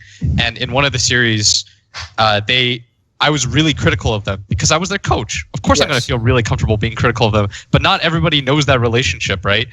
And so when I was super critical of them, they're just like, why does Blitz hate Liquid so much? And everyone's like, oh, he's just a huge EG fan. He hates Liquid. I was like, that makes no sense. Like, I'm working with Liquid, and then I realized, like, it's impossible to have a relationship. Inside man, obviously espionage, isn't it? Yeah, but from my perspective, I don't. After that moment, I realized, like, I couldn't really be involved in the team because I would go the other way too much, like that girl did. Yes. Like, I was swinging a little bit too far on the other side of things because I wanted to make it seem as if there was no relationship between us. Okay, so Jatt, I actually had a question that's very specific to Riot in this sense, which is when he was saying there about how they often end up agreeing on the Dota desks, and in CSGO, okay, you have to realize, because we're kind of like the Wild West, like I said, each tournament organizer is different. The major is not run by Valve, like they don't hire anyone. So I never have to, like, you know, think like, oh, what's my approval rating, you know, going into the tournament. I can just kind of do what I do, right? As a result, because in fact, we're all super good friends who are the CSGO talent. If anything, we wreck each other like way harder. Like if I think like one of the other guys said something wrong, I'm gonna actually fuck with him just for the entertainment value directly when he says it, on the cast. Now, the reason I want to ask this is, I at least as an outsider get the perspective that when you do the Riot casts of LCS, like in theory, you can disagree to a degree, right? But you probably wouldn't like go at a guy, even if you think what he just said was totally wrong or was in some sense, like you feel like his reasoning wasn't fully worked out. What's kind of the parameters in that sense? Like, is this something that people are cognizant of? Like, we're supposed to be a team in some way? That's a good question, because it totally depends on the style you're going for in the broadcast. I definitely think for most Riot broadcasts, we're going to be, I guess, more respectful than a CSGO desk, if that makes sense. And that's just kind of the brand we've developed throughout time, right? We try and give context when we disagree rather than wrecking. And like, there's going to be people that want us to just slam each other all the time, and there's going to be people that want the way we do it. So I would say we do actually discuss it, right? Like how we should be disagreeing or how we want to disagree with each other. And that's a little bit of that is done beforehand from like a tone perspective. And if someone does say something stupid, you want to be able to rib them on it, but we just, I guess, don't go as hard as you guys do in CSGO. Sure. I mean, it's definitely a different flavor in all the games, I think. And by the way, I would actually say in general, this might sound like a cheesy thing, but I believe it. I think in all the games in general, most of the people, the reason why they're the top casters is they've kind of figured out what the tone is, how far can you go on these things, how much do people want these other things. I think there's a mixture of people have attuned themselves to the audience, but also the ones that have made it to the top are the ones that kind of fit what people want. So I think it makes sense that the games have different audiences and different kind of expectations in that sense. Yeah, it's something you constantly have to think about, right? Like all these discussions I like having because we're all facing such similar challenges across the games we're casting. Like, even though I want to be as true as possible to the story, like I can't not think about TSM Jatt and how bias will be perceived by the general community. It's always in the back of your mind, right, when you're going to say something? It's always there for everyone, whether you've been accused of being EG biased or whenever there's a thread saying you're doing great or you're not doing well. Like you are having it in your head, and you want to do your best to talk to people that you trust to find the right road forward. You can't just immediately react to those threads, but you have to keep them in mind because that's such a large part of the audience, and that's ultimately who your customer is. Well, here's the thing, actually. Wait a second, Dan. Just to add to that, I would just say this. That's kind of why, if you listen to like my style when I describe my own approach, I'm totally honest. Like I'll say, I am fucking with those fans extra because I kind of know that they're already ready to wreck me when I say something about this team. So it's like, right, well, let's make it worth it then. I'm going to go a bit harder. I'm going the other way from you. I'm not trying to be like, oh, they might worry about that. I'm going, they are, so let's wreck them a bit harder.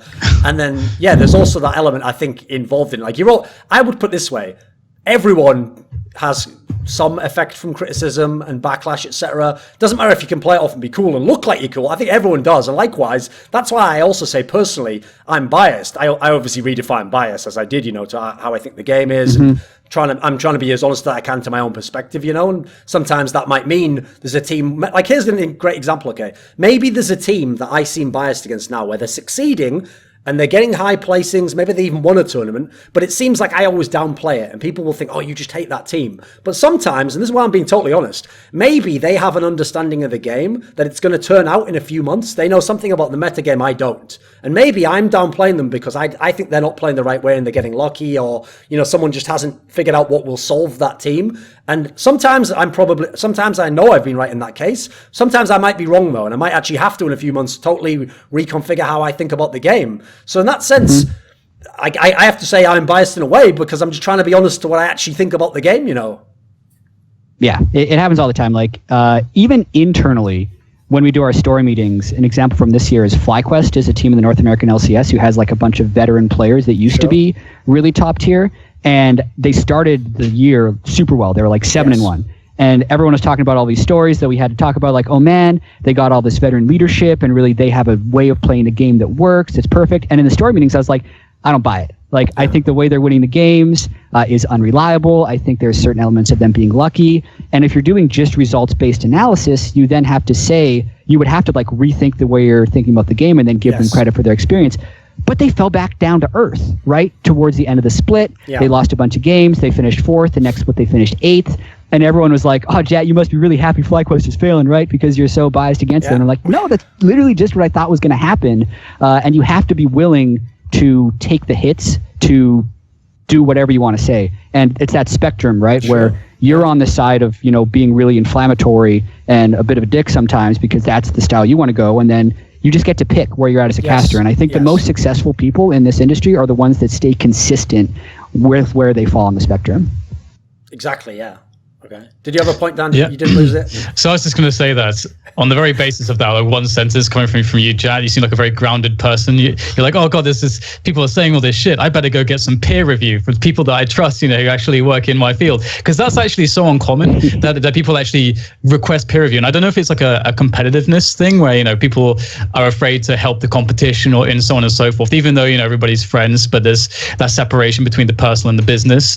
But that's one of the things that does drive people, like some people into isolation and then into insanity, that they just never go and get peer review. They never go and get another commentator's perspective on what's going wrong with their job, and instead they just play emotional roulette with Reddit. I mean, that is one thing that, not to be too much of a homer here, that I really like about the Riot system of salaried broadcasters is like we have a team of 8 casters who I can all go to and share, critique, and give them things that I think will make them better and expect them to do it in return. Because you're not in competition with them as it's much, less competitive with each other and more about just making the broadcast good. And I think that sometimes enables us to be more about the show and less about us than would be with a different system, where like when we're broadcasting, if we're doing a duo cast, like it is cool to make the show about you sometimes, and sometimes that can be very effective, but for the most part, like our goals are to make the teams and the players like hero building and make those matches as exciting as possible, rather than being like, oh, I want to make sure that people know I'm good and I'm right. So it is a little bit of a difference in philosophy that I think is somewhat enabled by the way Riot has the team of casters. And I do wonder at that same concept. It would be interesting to hear from someone who'd worked with ESL, for example, because obviously ESL, a lot of their talent has gone freelance for various reasons. But that's one of the advantages that they would have had. And I think one of the advantages that they originally did have is that they had all the old guard, and you had Joe Miller and Red Eye, for example, there to try to really focus and help everybody up. Whereas everybody else, like all the super successful, like let's say the main commentators from the main 3 duos in Counter-Strike, everybody just figured it out by themselves. Outside of any system. So it is very interesting because, of course, I presume that Riot's doing a lot more things right from that talent perspective than ESL was, clearly, I guess. Well, the funny thing is, I think that also ties into where I told you the inspiration from the episode came from, which is this guy who's actually a fairly new caster in the NA LCS doing commentary. Because I have to say, like, to tie it into what you said there, Jatt, I don't even like in that particular case. Listen, maybe he did misspeak somewhere, or didn't think to put enough on the other side of the equation. Perhaps because he really did think either he was in such disbelief Fnatic was losing, or maybe he really thought they were going to come back because they were such a good team earlier in the year. There's ways we can kind of play devil's advocate, but I also think part of the problem is that he's a young guy. So for example, the filters of what people expected from him aren't fully set yet. So they don't know yet. So he's actually going to be judged even harsher if they think he's biased. Whereas, for example, if they know someone who's very established and has a very set style and really defined in certain ways, actually, in some senses, I think you can maybe get more of a pass in some of those regards if you think or speak a certain way. Because, like, for example, okay, this might sound weird, but another reason why I can be seemingly quite harsh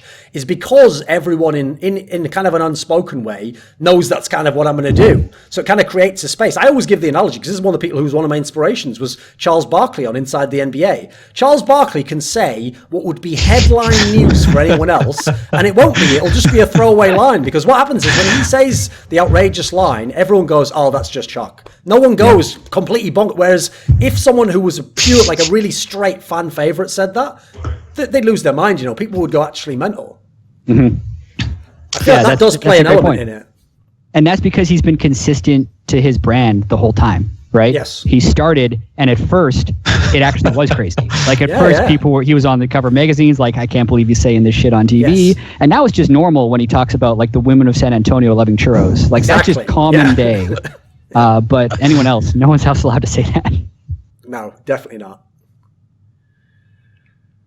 That's the so just an add-on to that point, actually, like as far as going even further back to the point that you made earlier, Jatt, about people finding sort of their mark within the spectrum and then sort of staying consistent there. I think like one of the reasons why James and myself got popular in the beginning is because we did all of these North American casts where we are very sleep deprived and highly delirious, and so we were forced into a situation to have a lot of fun, just a huge amount of fun, and it was just personality and just random, just James saying random shit and me like having disagreements with him about it, and that was just generally the dynamic. But that was a completely fresh thing for the time, because until then it was just all the straight-laced ESL casting, and Anders and Semler had just started as well, and they were sort of just just doing the vanilla thing to begin with as well. So we were very lucky that we came in that timing where people started to realize, hang on, there's this Counter-Strike, all these games, all these matches are happening, and we really would like someone to actually just have some fun with it, as opposed to just being business all the time. So we got really fortunate in that, from that perspective, I think, and staying consistent to that is somewhat of an easy formula. And I think again, I'm not sure where you wanted to take the discussion, Duncan, but I was going to go back to, mate, you keep going. Yeah, I was just going to say is that's I've been asked the question many times, and I'm sure you guys as well have also received this question.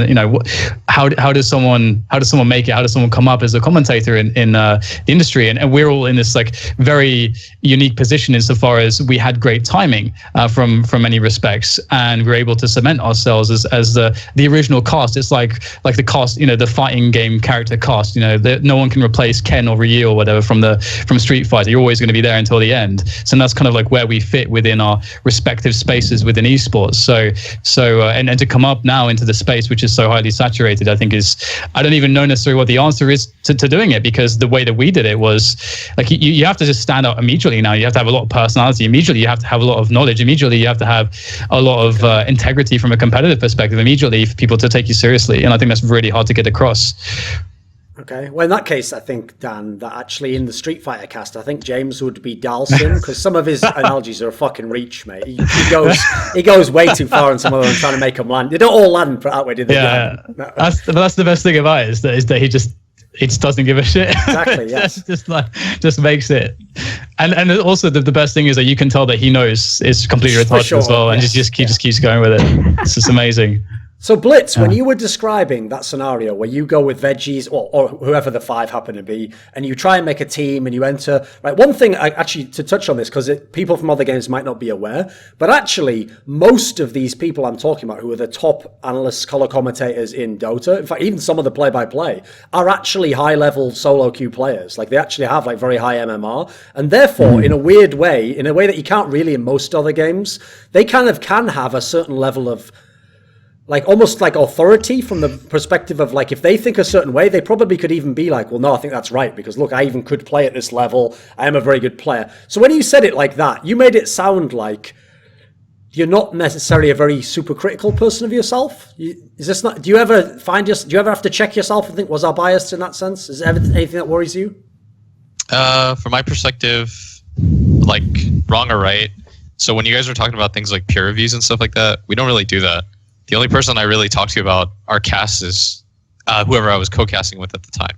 Okay. I'll say like, what did you think about this particular cast? Because from my perspective, I see myself as an enabler. Like, for example, when they recently when I was recently main stage for TI for the panel, I was there just to help the other pros kind of come alive more than anything. Ah, okay. And so like for me, I don't know who I'm supposed to talk to about this stuff. So for the most part, I just read Reddit. Which drives you just me. Regret? You said you read Reddit. No, I just read Reddit all the time. Okay. Like in terms of criticisms and stuff like that. Does it work? Do you think it helps? It varies, right? Because for example, the example I gave about Liquid, where I went the other way. When you brought up that example, I was like, damn, I did that. Like I totally did that. I was guilty of that, and I didn't want to admit it at the time, but at some point I kind of came around to it, and people were like, if so many people are saying this, then they have to kind of be right. Sure. Because at the end of the day, like the people, they like what they like. Sure. And the unfortunate thing is like sometimes it drives you insane because you might make like micro adjustments based on what random people say, and you have to try not to overcorrect a little bit too much. And like you guys said, like staying true to your brand. These are things like I kind of try to do subconsciously, but I mean sometimes I just fuck up and I go way too much to the other side. Just like. At the same time, because everybody in Dota for the most part is high level, like my co-caster's pretty much at a semi-professional level, and he's my play-by-play guy. Yes. Like he plays with us in Veggies, and he could easily make it on a tier 2 team. Yeah. And so I pretty much we don't really have to have these discussion points where I'm like, you're wrong or anything like that. Like, I'm just going to go with whatever he says, and there's no bias involved. We just kind of have the same idea about Dota.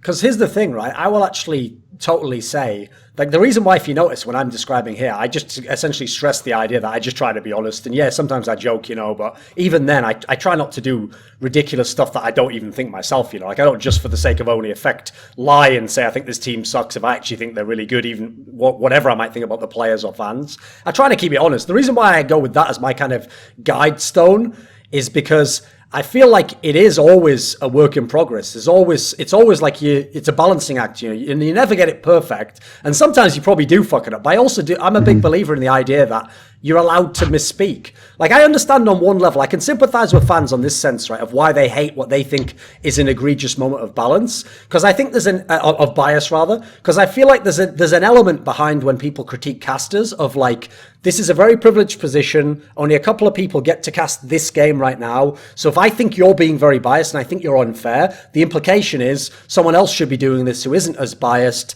And, it's kind of like error correcting. We're kind of making sure that people aren't overstepping their bounds. And I kind of agree with that. But at the same time, I don't know if there'll ever be a perfect blueprint that anyone will come up with, no matter what their style and casting style. So you have to sometimes just go for it. And sometimes people might say you're biased and you'll have good reasons you weren't. And sometimes it'll just come off like that, or maybe to do a degree you are biased. There's just not a way out of it. I don't know that there is like a solution to this one, Yeah, I mean, to go back to even the start of our conversation with caster bias, it's like you could theoretically make a robot caster, right? If that was your style that you wanted to do. I am only ever going to go off of history, past results, and make every prediction based on that. I think 60-40, this team is going to win. You can be as safe as possible on every prediction.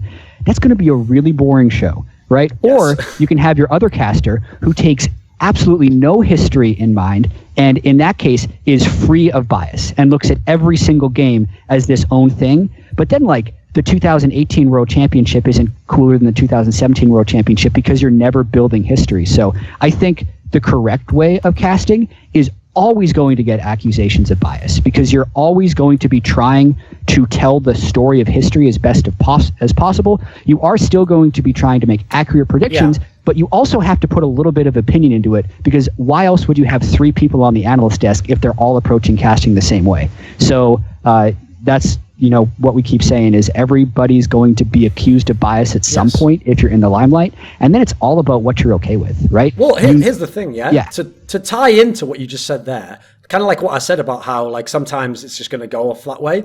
Like, let's say, for example, that I do have, like, obviously just for the sake of example, let's say there's 5 criteria for how you judge a play or a game if it was played well. Right? Since I have to pick the criteria that I'm ultimately going to judge most qualitatively, most important, I am totally fine with the idea that people who don't agree with that criteria being the most important are going to not like the way I casted or analyzed the game. The guy who thinks that... Okay, so there's a guy out there, let's say in CS, okay? It's actually quite famous in CS that I'm considered biased towards very tactically good teams who have fantastic execution, and I can see from the play they did that this was prepared and that they kind of triggered things that they'd planned already. Whereas, for example, teams that rely a lot on just like raw talent of a skilled player overcoming perhaps what was a bad situation they put themselves in, I will tend to seem like I'm very biased against that, because I don't feel as though it's like, I actually feel it's like it's harder to break down, first of all, and I also feel like there's a lot more variance involved in that, where that could have really gone badly for that guy, and he kind of he's just in a position where he can get himself out of a bad situation. So it will often seem like I'm biased, but I mean, I don't know. I have to say I'm at peace with it, but I guess I'm not entirely. But I accept, okay, that the guy who values skill the most, and he thinks, for example, that tactics are overvalued by me, he will think I'm biased in that sense. So I can't please all the audience at once in that sense, Yeah, and then in that instance, oh, sorry, you can go, DDK. I was just going to say that I think there's a big difference as well from, and this is going to sound really stupid to say aloud, but like there's a big difference between between words and your energy from a commentary perspective. Sometimes you can just say random bollocks, more or less. Yeah. And it's more about the energy and the tone that conveys that emotional response that's going to engage the viewer at that point. And sometimes, so for in that same token, there's been lots of spots where I've said, I think Astralis is the team that is like understands Counter-Strike better, but I'll put it in the cast in a spot where it's not going to be an emotionally charged thing to say. It's not going to come off from the context of the way I've spoken about the game as being biased. It's just going to be more of a matter of a fact sort of thing, which people probably won't even listen to generally anyway. So that's another difference I think that there is, and another trick. You've made me think there actually of another element I think to bias, which is that sometimes when you look at how people are responding, right, they don't have a specific case, or they can't like break down like logically why you're biased, but they have a strong feeling that you're biased. Right now, I'm not going to dismiss that immediately, because I will say one element of that is very tough, because we're all just human beings who do prefer certain things and have certain biases, as we kind of revealed here, is that even if I'm extremely fair and the team that I don't think's that good wins the match and I say all the good things, they're a good team, so I'm not going to be as hyped up and energetic as if the team that I actually think's the best won the game. Now, until I can become like, listen, I'm not, put it this way, it's a good job I'm not a woman, because I would not be able to fake orgasms. I wouldn't be able to do it, guys. Like, I would be so bad at it. Like, I'd put it, maybe I'd go through the motions, but they wouldn't believe me, you know? So in that sense, now listen, maybe I just don't have the skill for that, but I find it, I can't fake enthusiasm, you know? So even if I'd said all the right things, I can see why that person criticizes me, because they want me, if it's their team, to go ham when that team's win, you know, and be so enthused and energetic, and you know what, I think they're going to go further and win the tournament. But I can't do that, guys. Come on. That's the thing as a play-by-play commentator. You have to do it in turns to be a fan of this team in that moment and a fan of the other team in that moment. That's kind of like how it works from perspective, which coming from a player's perspective, especially when I was doing things in Quake, where I was beating a lot of the players that I was doing that to, it was a very hard, like, I think you see this often with analysts when they come in fresh onto a cast or something, they have no emotions, because it's like, well, that's not special, I can do all that shit. So it's like you just have to switch that button, or press that button, which enables you to be a fan of that team at that time.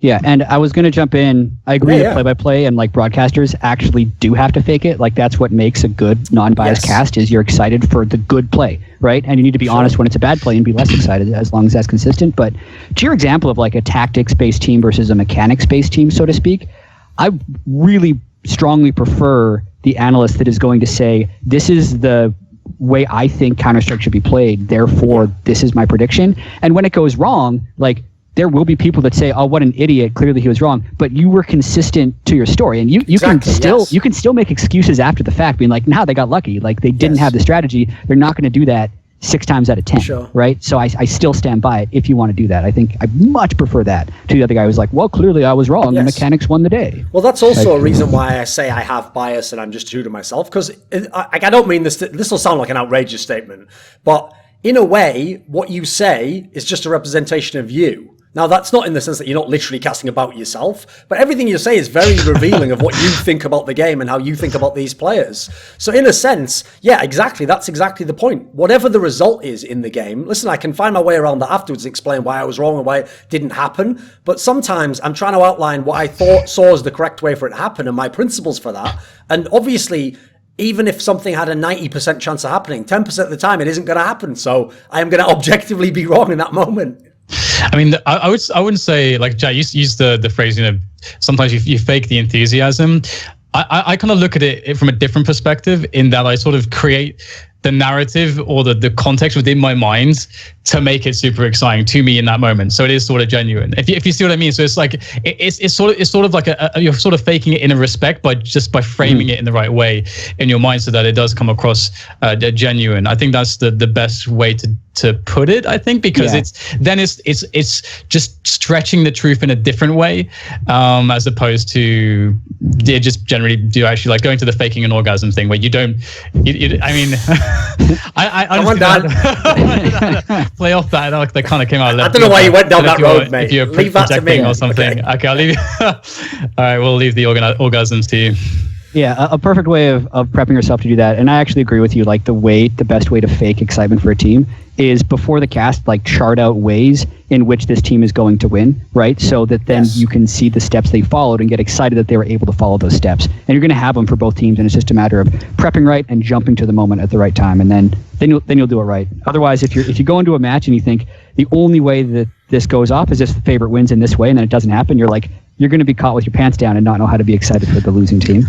Yeah, I mean, I just have to cover us, man. Otherwise, they're just going to think we're fakes. Well, they're shitty radio threads. Okay, nice. I think we did a good job there. That's good. All right, I think we can move on. Because I actually really do think that, in a way, what we've outlined over these last couple of points is a trap that we almost have to willingly walk into, which is that if we think that let's say we were doing a VOD review of a game in which the underdog won, and we saw that in a couple of instances they actually won due to getting a little bit fortunate in very high variance situations. Something very chaotic happened, or they made a misplay that, for example, okay, this might sound abstract, but sometimes a lower level team can make a misplay which would actually win them some games, very rarely, because the top level team plays according to like the best strategy, which might not encounter that sort of response. So that might throw them off, or they might not respond correctly. Now, the problem is, in that instance, when the other analyst, I think it's very difficult to not sort of, in explaining, like, yes, while this team won and they did a good job here and this worked, okay, I don't want to bring all you fans down, but it won't work again if they play like this, and it won't work against a team who just, it sounds like you're being a hater there, but you're trying to educate. Oh, for sure. You have to walk into that trap, though, right? Yep, you have to. But that's also a difference, because this is an interesting idea actually, because this also goes to when you have like the really big games. Let's say in CS:GO we have obviously the majors, as you have respective big tournaments, which where in your games where you treat them differently in a sense. At least for us, like we'll have our league broadcasts which are online. Okay, maybe we'll do them from a studio, but the whole context and the tone is completely different. You can get away with that completely, and people like those are I don't want to say the true fans, but those are the most hardcore fans who are going to be watching CS day in and day out, and they care much. That to them has much higher value to them. Whereas in that moment, let's say we're at the peak of a final or something, you don't want the analyst there, in a sense. You just want the energy, you just want that raw energy. The analysis really hasn't got very much meaning, and I think that's one of the reasons why, for example, in the duo formula that we have is tended to lean towards the analysts that can then become play-by-plays or carry the play-by-play energy, or of what Henry G is really good at, for example, if you're aware of him, is he has a very good sense of urgency. Even though he's doing that sort of job at the same time, he's got a very good sense of urgency, and he picks the right moments to say something's incredulous and make it sound outrageous without it sounding negative, which is, I guess, part of the skill. Hey, through this conversation, I've generated a much more of a respect for my profession. There's a lot of things going on. Okay. I got a question for the group, actually. Okay. Like, what is the hardest team for you to cast? Or what do you, which team type of team do you mean? Or do you mean a specific one? Just specific team, because I want to bring up TSM in League as an example of this. As far as no one liking, like, the Reddit threads that go up that don't like you or getting a bunch of angry tweets, no matter what you do in a TSM game, someone will not be happy. And you have to be okay with that going in, because there's such a large spectrum of absolutely diehard TSM fans where everything they do is right. And even if they do something right, they have more haters than any other team as well, just because they're so popular in the scene. So even if you're exactly in the middle, the people on the ends are going to hate you, right? Yes. So no matter what, you have to just like pick exactly what you're going to do. And like, I'm pretty sure that would exist in other games. Who are the teams? OG. I think for Dota, it's like they win all the majors. And so, when something is too popular and everyone just hates it to hate it? Yes. Mm-hmm. Like people like to be contrarians because they think it makes them look cool. So it's like, they'll be like, on one side, there'll be people that like OG because they win everything, right? And that's fun to watch. And then on the other, they'll say like, why do these fuckers keep talking about OG? It's like, well, they win a lot. What do you want me to do about it? So how do you handle that? Like, do you change the way you approach those games? Nah, for now. When it comes to OG fans, I just don't read Reddit. That's like the one team that I just completely ignore. He does have some rules. Okay. I thought listen, Blitz, I thought from your personality, there's no way you just read all. You don't go to the bottom of the thread. Dude, I read everything. Are you kidding me? Is that the vibe I give you? Okay. That's what I'm notorious for. Not with OG though, right? Not with OG, mate. No, you know what's in those threads. With every other team, I'm down. I'm like, all right, guys, I might have fucked up. My bad. Okay. I felt like I did here, but when it comes to OG, it's irrational because OG and Navi, both those teams, like, no matter what you do, people will either say like you were too biased for them when they win, because if they win, it's like, well, they're a fucking good team. They win everything. Yes. They've won all but one major. What do you want me to do? And when they lose, it's like, it sounds like I'm shitting on them. It's like I'm happy that they lost. It's like, no, they just lost, and that's something that doesn't happen very frequently. Yeah. What do you want me And it's an exciting moment when there's an upset, and you have to be true to the upset. So so you can't really win in that situation in that sense, because either a lot of people want to see them win because they're OG, or a lot of people want to see them lose because it's more exciting that way.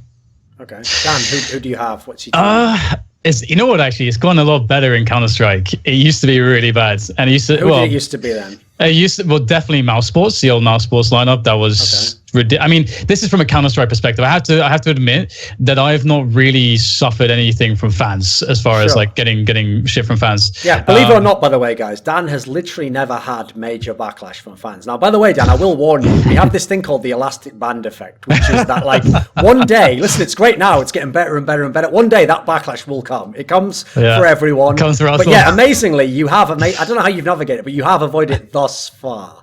Keyword thus far. I mean, I only really had it at the beginning when everyone gets it, when you're sort of breaking in, no one knows who the fuck you are. That's when I originally got it, but since then, not really. So online matches, it's Virtus Pro, because I hate commentating them, because or even to be honest, even in a lot of LANs, you have no idea if they give a shit or not, if they're actually going to play. Like, they're on a complete different spectrum to every other team, so it's impossible. Like, but if you take them to a major, of course, they can make a finals run. But otherwise, they can lose to anybody. Just for context, the problem with the team he's picking now is it's a team that's had the same lineup for 4 years.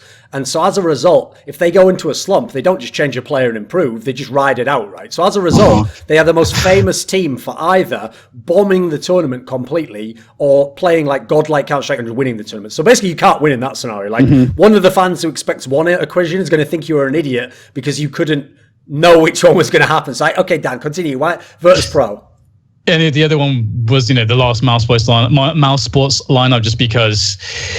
So we're talking previously about, like, I'll ignore North America because it was easy pickings from this perspective for quite some time. But as far as like being a major team that has a lot of talent, like they had like the best player in the world at the time, Nico and so on, they were never able to really do anything because they were playing so incorrectly, just so fundamentally poor Counter-Strike consistently. That every time you had to cast their games, it was like just slapping band-aids on just all over the place to try to tell the story in some way that doesn't make them look completely incapable.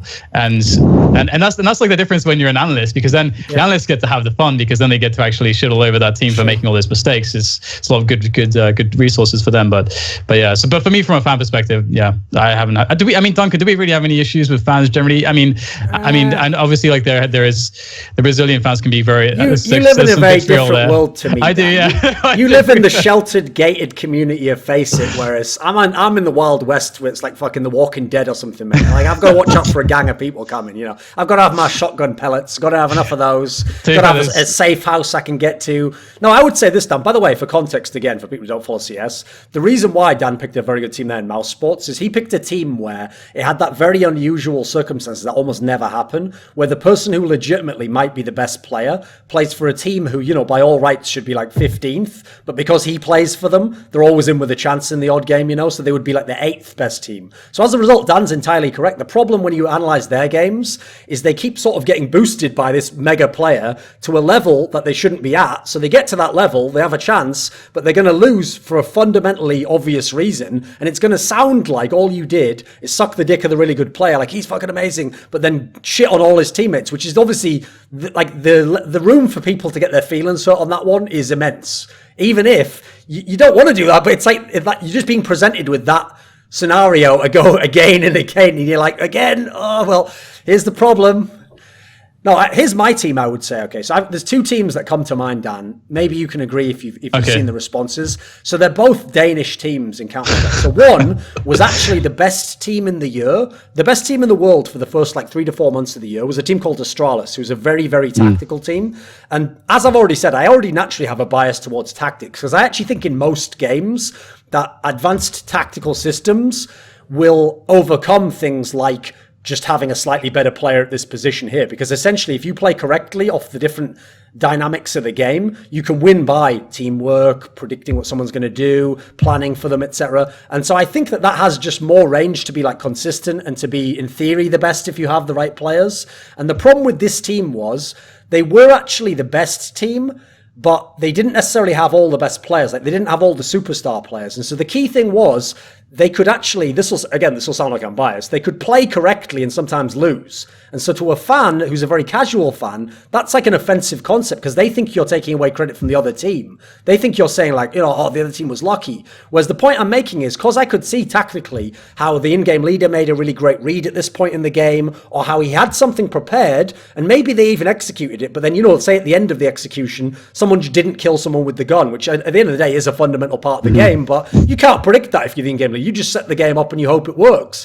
When I would then explain what I just said now, it would sound like I'm making it sound like, the other team was just lucky and this team should win every game. And while that's a very tough one, you can see as I'm explaining, there's a rationale to that. And then unfortunately, the other end of the equation was another Danish team who's actually called North at the moment. They were called Dignitas before. And basically the problem that team had was the talent they had in the team constantly suggests, even to this day, that they should have been better than they were. Like, they should have been able to make, like, some big semi-finals and win some big tournaments, but most of the time they would lose in the quarterfinal because they couldn't put all the pieces together correctly, or they did something just a little bit wrong. And because that happened many times, people assumed it was biased, that I was just a fan of this team and was hyping them up, whereas what I was always trying to explain was what I was just said now, basically. Like, this is a team where it probably should be possible for these players without changes to the lineup to be better than they are. Like, if they really got the most out of it, I think they would be a world-class team and they would have won these matches. So again, unfortunately, it sounds like you're giving excuses. And listen, maybe some people think I am, but to me, it's more like I'm trying to explain the context, And again, what has been a theme of this discussion is that a lot of people, especially perhaps casual fans, think very results oriented, So they think backwards. Whoever won the game must have done everything right and were the better team. And in fact, that's a famous problem with fans, isn't it? That sometimes an upset happens and they're like, well, it wasn't an upset. I always knew that team would win. And you'd be like, listen, even though on a very low level, you're right, you're also very, very, very wrong, So we're never going to agree on that one, guys. So that's actually also good. Go for it. A follow up there. Prediction wise, right? Yes. The safe bet is to always go with the higher percentage. But Absolutely. the gains you can make as an analyst because of how results oriented people you are, look like a genius, if you can predict an upset, are so great that sometimes it's worth it. So I'll be in a situation where I think the game is 50-50, but the fans think it's 80-20. Yes. So I'll just go with whoever the fans think is 20 sometimes if I think there's half a chance of an upset, just because the gains can be so big there. Sure. If you have a different perception than what the result is. Have you guys ever done something similar?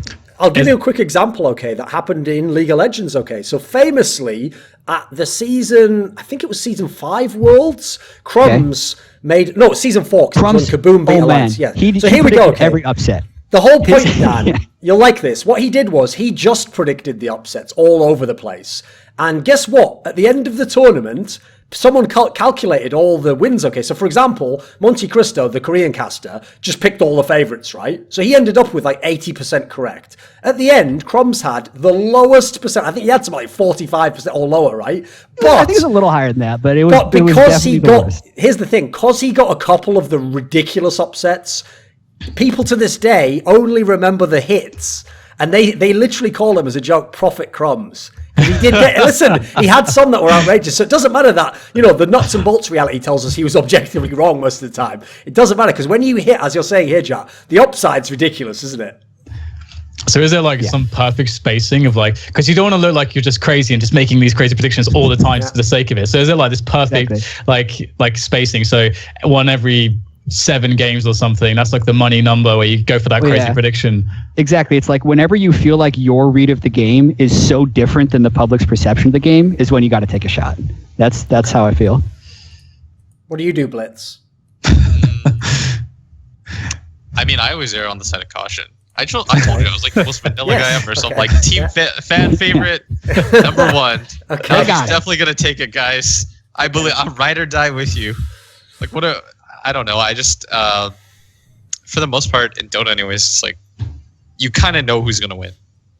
There's not, in Dota anyways, there's not crazy upsets. People want there to be, but only at, major events are there ever any upsets. And it's usually just one team.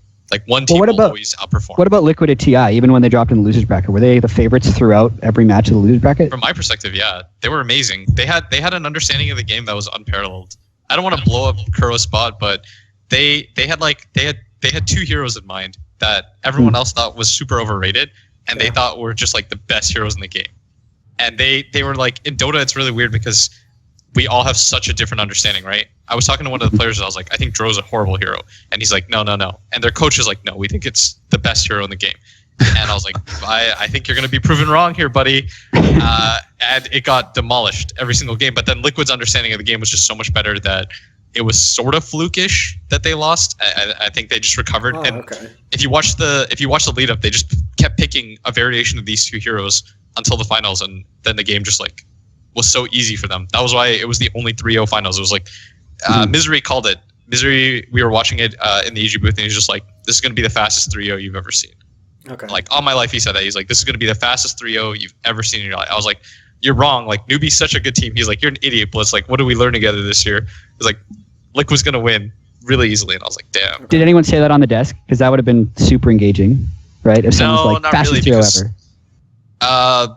Because it's different, right? We want to have this like narrative where every game is hopefully close and every team deserves to be there and every team is of equal skill. But of Are you course, guys we all sort know of that's not the forced case. to have those narratives, or how did you feel? Because I watched the TI, and the desk was very different. It was quite dry in comparison to what I'm used to from the CS world. Did you feel that as well? Was it something like, would you change stuff up? Was it sort of imposed on you, or what was your sort of interpretation of the whole desk setup? It wasn't imposed on me whatsoever. Like, it's not like we go to the event and we're told like, hey guys, you can't say this and you have to say that. But it's almost self-imposed, because I think people are worried so much about what the community says, because it is different than the way that you guys are hired, right? It's that we are very community driven. It's like if somebody in the community, if you absolutely hate that caster, you're not going to see them again. That's just the way that things go, right? Regardless of what they bring to the table, that seems to be the trend, right? Even if your peers are telling you, hey, we think you're great. If Reddit just absolutely shits on you, there's like a daily thread like, why is this guy here? Then you're pretty shit out of luck. And so I think oftentimes, like when I go to TI anyways, I'm afraid to skirt those lines. Like I'll just say that. Like I'm afraid to go a little bit too overboard. Will you get to like work with the same people? Is there no guarantee of like who you're going to work with for the next time? Because for example, this time it seemed like I don't know if it was Ake's first time doing something like that, because he seemed to warm up as like get more comfort, like kind of significantly so as the days went on with it. But obviously, if he then never does it again with you guys, then it's like, you kind of lose out on that potential chemistry for the next time to make it even better. Or like is it just because you guys are always just going through being players and coaches and commentators? Is it always just an unknown sort of pool of talent in that sense, or? I mean, for the most part, I think there are like two people that no matter what happens, like till the end of days, like till TI 50, you'll see the same two people as like LD and Toby. Like no matter what, I'd be so surprised if I didn't see Toby at a TI, regardless of what he did or what he said. Like that guy could say that the earth is flat at a broadcast at this point, and I'm 100% certain he'd get hired still. But no offense to Kyrie Irving fans, but I mean, for the rest of us, it's like it's a toss-up, right? Like if I said something like that, do I get the same amount of leeway? No, I doubt it. Peter PPD once said like everyone's line is different, right? We don't all get to get away with the same amount of things. And so for me, it's like there are things that I can say on a broadcast. There are things that I can't say on a broadcast that I wish I could say for the sake of the broadcast, but I just don't. But maybe I should anyways. I think that's fair. I'm going to take on two of the things said there. One of them, when you were saying that, like, even though Misery thought it would be like a fast 3-0 or whatever, but everyone on the desk went with the narrative of like, they got a chance, it's close, guys, that kind of angle. Okay. First of all, that is something I'm kind of infamous for in CS, which is that if I ever think a game is like a really big favorite, like let's say I really think someone's like 85-15 favorite, which is pretty, it's rare that that's going to happen at the top level in massive competition, because like there's so many factors that mean you can win a game still. But if I ever really think it's that big, then I actually often stress that it'll sound like I'm saying it's 100-0. Like, because I really want to stress the fact that, listen, this isn't just a toss-up game, guys. Like, I really think this team's massively either, like they counter the style, the players are much better, like the form doesn't suggest that this lesser team can win. And so I'm totally happy with the fact that if the lower team actually manages like an upset or the better team plays badly, and that everyone's going to be like, you were totally wrong, you're an idiot. Because I actually, just personally, it's my own take on things. I don't really like the element where you try and I hate hype as a concept. Like, if you define hype as like artificial excitement, I just don't like it personally. It's just my own personal bias, I like things to be genuine. So if I genuinely think this team is crap and then the other team's going to destroy them. I will not only say that, but I'll add in a little bit of spice and I'll be like, this team is magnificent and this other one are just fucking peons and they will rightfully be destroyed by the rulers of the land, And then in terms of the other aspect, the bit about picking underdogs, that's a tough one because I have to say this again. Maybe I don't know if I'm unique in this because it's not something that we again, a lot of these topics we don't talk about all the time with our coworkers. We don't always know what they think about it, right? So when it comes to picking underdogs, right, generally I do go with the favorites in as much as I track a lot. I watch a lot of the games. I track a lot of them. And so I do think to myself most times, like, okay, there's an 80% chance, 70% chance this team wins because of style X, tactic B, and player C, let's say. Okay, I have these reasons. So I generally side with it. But I do have to say, perhaps I'm being a bit woo-woo or a bit wishy-washy when I say that if I ever in my gut... If my intuition tells me that even though this team's only got a 30% chance of winning, that they're gonna win, and the times I go with it is if I can find a way to verbalize a reason. If I can't do a reason, I go with the analysis and I just go with the favorite. But if I can find a way to say a reason why I think they will, I will say it. And then the problem I run into, this is unique to me, is that, like I said, my philosophy generally is that once you say the team that's going to win, you kind of outline why they're going to win and you just stick with it, So I maybe don't do as good a job, or it's not my persona to say, but even so, they're only a 30% chance and, the other team will probably... I don't add any of that part. So it will seem, unfortunately, like the times when I go with my gut, like I was saying that team would 100% win. And even if I hadn't, by the way, fans treat everything like I say, like it was. I think it's 100% fact and all that. But but as a final point, I also feel like on analyst desks, because you have limited time, I don't like people to be too wishy-washy with how they phrase it. So I'd rather you just said it in like a strong, confident voice, which unfortunately is how people sound when they think they're 100% right.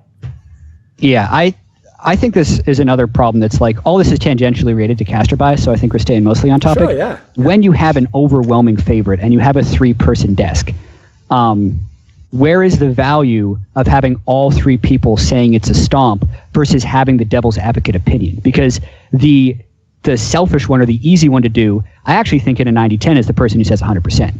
9 times out of 10, they're going to look right? And then even if everyone thinks it's the same way, like you almost have to decide who gets to say what or fight over the good points versus like how much of the broadcast should be around actually making it interesting. I wouldn't necessarily call it fake hype, but I'd say let's accurately paint the picture of this team's dominance and how they do it. But now we're going to give an example of how the 10% can work. And that can often be construed as bias because you're like, well, clearly it's not going to happen. And 9 times out of 10, it doesn't. But I think it's still important to be able to give that perspective for the entertainment value of the show. And I think that's a really good point, just because I think one thing that's I'm always very aware of is as opposed to really going for predictions, it's more like the winning criteria idea, because it's ultimately the winning conditions. Yeah, exactly. And that's ultimately going to be the starting point of a discussion about Counter-Strike at the top level. And you can, depending on like who you have on the desk and who you have to work with, you can make that a really interesting and engaging discussion and sort of lead people away from the obvious reality is that this team's going to get absolutely wrecked, because you can because you're just basically you're siphoning off that idea and you're instead inserting another bit of value that people are actually going to find, going to be engaged with. They're going to find that valuable. So it's that's the trade-off there, I think. Like, to me, here's the thing. Okay, let me put it like this. Even when I explained that there, it might come off even more extreme than I explained, because it sounds like I make out that favorite can only win. But I also do contrast it with, like, okay, it's extremely unlikely that this favorite will lose, but if they do, maybe it would be in this way. And then the key thing is, the reason why I don't do, like, at least personally, I never try to like hype up the underdog team if it's got a low chance, is because I actually also don't ever want it to feel like the person who's the casual viewer who hasn't watched the contextual tournaments thinks it was a 50-50, and then when one team wins is like, wow, they dominated, that should never have happened. I want it to be like, if an underdog wins, they know this was really crazy. Like, that guy on the desk before told me they had no chance, and now they actually won the whole thing. He must know that either they massively overperformed, or maybe they reinvented the fucking game for a moment, or did something exceptional that they've never done before. I kind of want that context to possibly exist as well, which is hard to do if you went the other route and you made it sound too balanced before, It's going to be tougher to explain after the fact why then it was actually a big upset, Yeah, it's just a choice, just an approach Yeah, I like that philosophy. And the one thing to keep in mind is like a lot of times when doing that, you're always going to open yourselves up to criticism. And I don't want to come across like too defensive here while, doing perfect casting will get you criticized, because there's definitely ways you can do it wrong and get slammed even more for it, right? Making a 50-50 sound like a 90-10, right? And then that's also foolish, and that's going to be rightfully called out as bias. So I think there's just so much nuance in how you actually have to deliver. And I think the people that consistently do it the best are oftentimes the most popular. Okay. No, I'm always going to stay in between the lines, guys. Just right. Not gonna say anything controversial. Okay. Just chill. You guys can take that from me. I'm all good with that. Yeah, I mean, and I'm honestly usually relative, like on the spectrum, I'm probably on the conservative side, right? I will usually go with the favorite, but I just take my shots every now and again. That's like where I fall on the predictions. That's kind of how I do it as well when I'm in that position. I just like to. I basically just look at it as I get to talk about this bit of Counter-Strike, and like I'll pick some point, like even if it's a team that's losing, and I'll just try to balance the desk. I usually just try to be adaptable. That's usually how I go with it, and like whatever makes the desk the most complete as to how I would see it is where I usually fall, I'd say. But I don't do desk very often, so yeah. Why don't you do desk more often? Do you just not like doing it? No, I'm fine with doing desk. It's just that's. Usually, if I go work an event, well, I say usually, if I go work an event, I'm always doing it with my partners, essentially. Yes. So we're always a commentary duo in that sense. So I won't ever visit a desk, because that's sort of like before. We made the point earlier in the talk where like in mainstream sports, you don't mix the roles up too much, and I think CS is probably the closest to that at the moment. Yeah. Yeah, in CS, we actually have a hard line division between the analysis and the people who are the casters, basically. Now, part of that actually was the casters being smart and realizing that if you can have a duo, well, then first of all, if they want to hire one of you, they have to hire the other. So it's a bit cynical in that sense. But also, that's also a way you can, in theory, do sometimes better casting, because obviously you know that guy inside out. You worked with him a million times. You kind of know all the beats. It's like in League of Legends, a rare example of this is obviously they had Monte Cristo and Doa casted like everything together in Korea for years and years. And so in a weird way, they had a mad advantage over people who were switching up the combo. And even if it's the same two people, sometimes it's the third element that's mixing up the dynamic. There's pros and cons to both approaches, certainly. And then in our game also, there's people like me who no longer ever do casting. So I'm also just only on the desk, and I'm playing my role there. And once people got very defined and good at their own roles, the other thing is, at this point in time, I don't want them to put me on a fucking game and have to cast it and have to think about all this shit that you guys are thinking about and how different that role is. I want to just stay in my world and keep doing that as well as I can, Yeah, I think that element of Counter-Strike enables the desk to be more controversial and more biased, right? Because you don't have to worry about blurring the lines between the two. I personally like doing both, but you can see the trade-offs, right? It means I have to be a little bit more conservative on the analyst desk. Well, actually, that's a question I have for you then, Jatt. So, okay, this will sound like an abstract concept, but it's a very famous thing, okay, that people who are fans of TV shows, because you get so drawn into the TV show, to the movie, sometimes they don't, fans can't always separate their emotional response to what happens on screen from the actor. So, famously, I don't know if you ever read this, but apparently people in real life used to be really horrible to that kid who plays Joffrey off Game of Thrones, because obviously that character is so hateable. Like, he has the most punchable face. Like, you just despise him, that's the point of the character. But that guy in real life obviously has no connection to that. He didn't even write the material, He just read the lines. Now, obviously, it's not as extreme as that, but is it a balance for you in as much as, even if you go on the desk, okay, and on the desk you're allowed to say certain things, you probably have to be a little bit more aware that when you switch into casting mode in the next game, that people are they're gonna blur the line between the two, and they're just gonna think it's Jatt. Like, they're not gonna know that there's Jatt analyst desk. Because I'll give you an example, okay. I know for a fact that sometimes people like Freak would be a good example. Let me think. Quick Shot is another one. Have said opinions that were considered very controversial against the consensus when they were in a desk type setting, because they wanted to provoke discussion and have a conversation. But unfortunately, they will carry those comments with them to the end of time by the people who don't like them. They'll always reference that as though that was just that guy's manifesto on life, whereas he might have been a very set role, right? So is it tough for you in that sense? Yeah, it's something you actually constantly have to think about. And I think you can even relate that back to, as Blitz was talking earlier, his relationship with players. And you do have to keep that in mind. one way that I try and deal with it is I try and make sure that I'm at least being fair, so that when I'm complimenting you or criticizing you, you know that the other one can come, and I'm not like only ever going to say a bad thing about someone or only ever say a good thing about it. And pretty much the players that I actually have good relationships with are the ones that are okay with me criticizing them. So in another way, you have to keep that in mind as far as how you deal with relationships or how you deal with working between the analyst desk or caster desk. Well, actually, that's a funny thing in terms of bias that makes me think of another example. Okay, so when Blitz said that when he was the coach of Liquid, people who didn't know he was the coach, essentially, when he casted Liquid, thought he was just being like unduly harsh and he must hate them.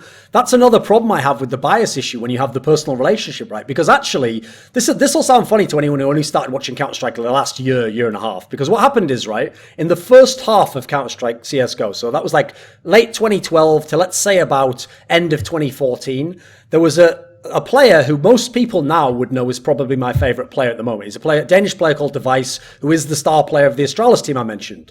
And actually, for the first 2 years of the game, people thought I hated this guy because all I did is criticize how he like broke down in the big moments and he didn't live up to his potential. And what they didn't realize was that guy was already one of my favorites then. They just could never tell because it seemed like I never complimented him because I had such high expectations because I knew how fantastic he was and that it wasn't that he just was a worse player when he got to play the better players. No, he had like psychological blocks and he had some issues he had to overcome. He's a very young player at the time, you know. So actually, in a way, the fact that I did know him and the fact that at least I thought he had more potential, it turned out he did, meant that at the time people thought I hated him, whereas funnily enough, now that he unleashed his potential, became fantastic and won all the tournaments, now they think I'm just his best mate or something, his secret brother or something, you know. So I can't win either way on that one. I have to just kind of be honest to what I think, you know.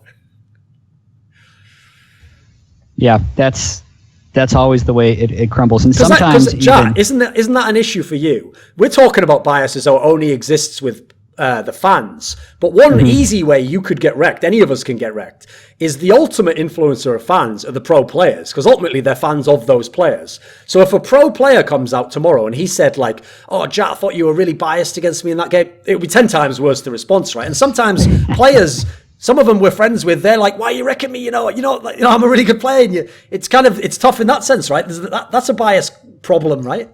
Oh yeah, man. 2 years ago, before Worlds 2015, I had this problem. I ended up sending out a few tweets. You even made a video on it about, I think, Balls' right? solo yes. queue. Basically, a C9 player's solo queue rating in Korea was low. Yes. And he'd spent a lot of games on it, and he was lower than other people. Like unusually low as well compared to most and pros, Sneaky, right? Sneaky, another player on C9, defended his teammate online and being like, yo, why are you always picking on Balls here? Like, he's doing fine, we'll be fine. And I think what Sneaky did was fine, but the backlash was huge. Like, this actually blew up in a big way. And as far as like reacting to community criticism and knowing that something is going to be there, where I faltered there, I think my criticism of Balls' solo queue was fair.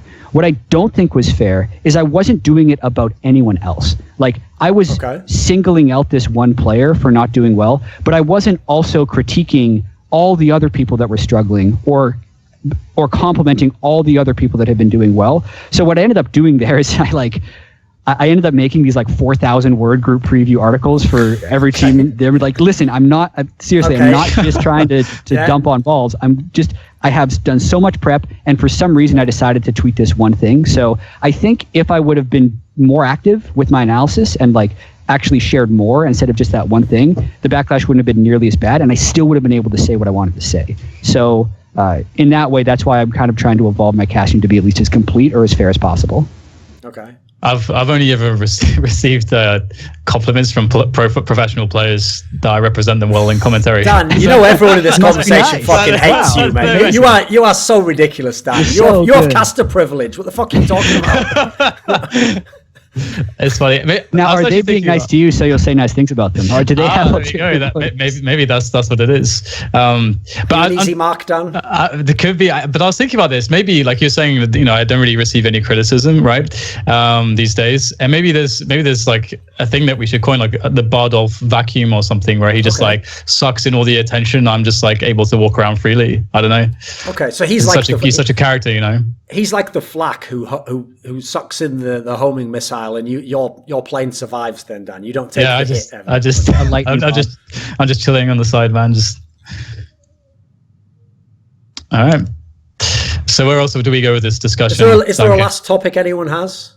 Anything else? I mean, I could throw something in as addition.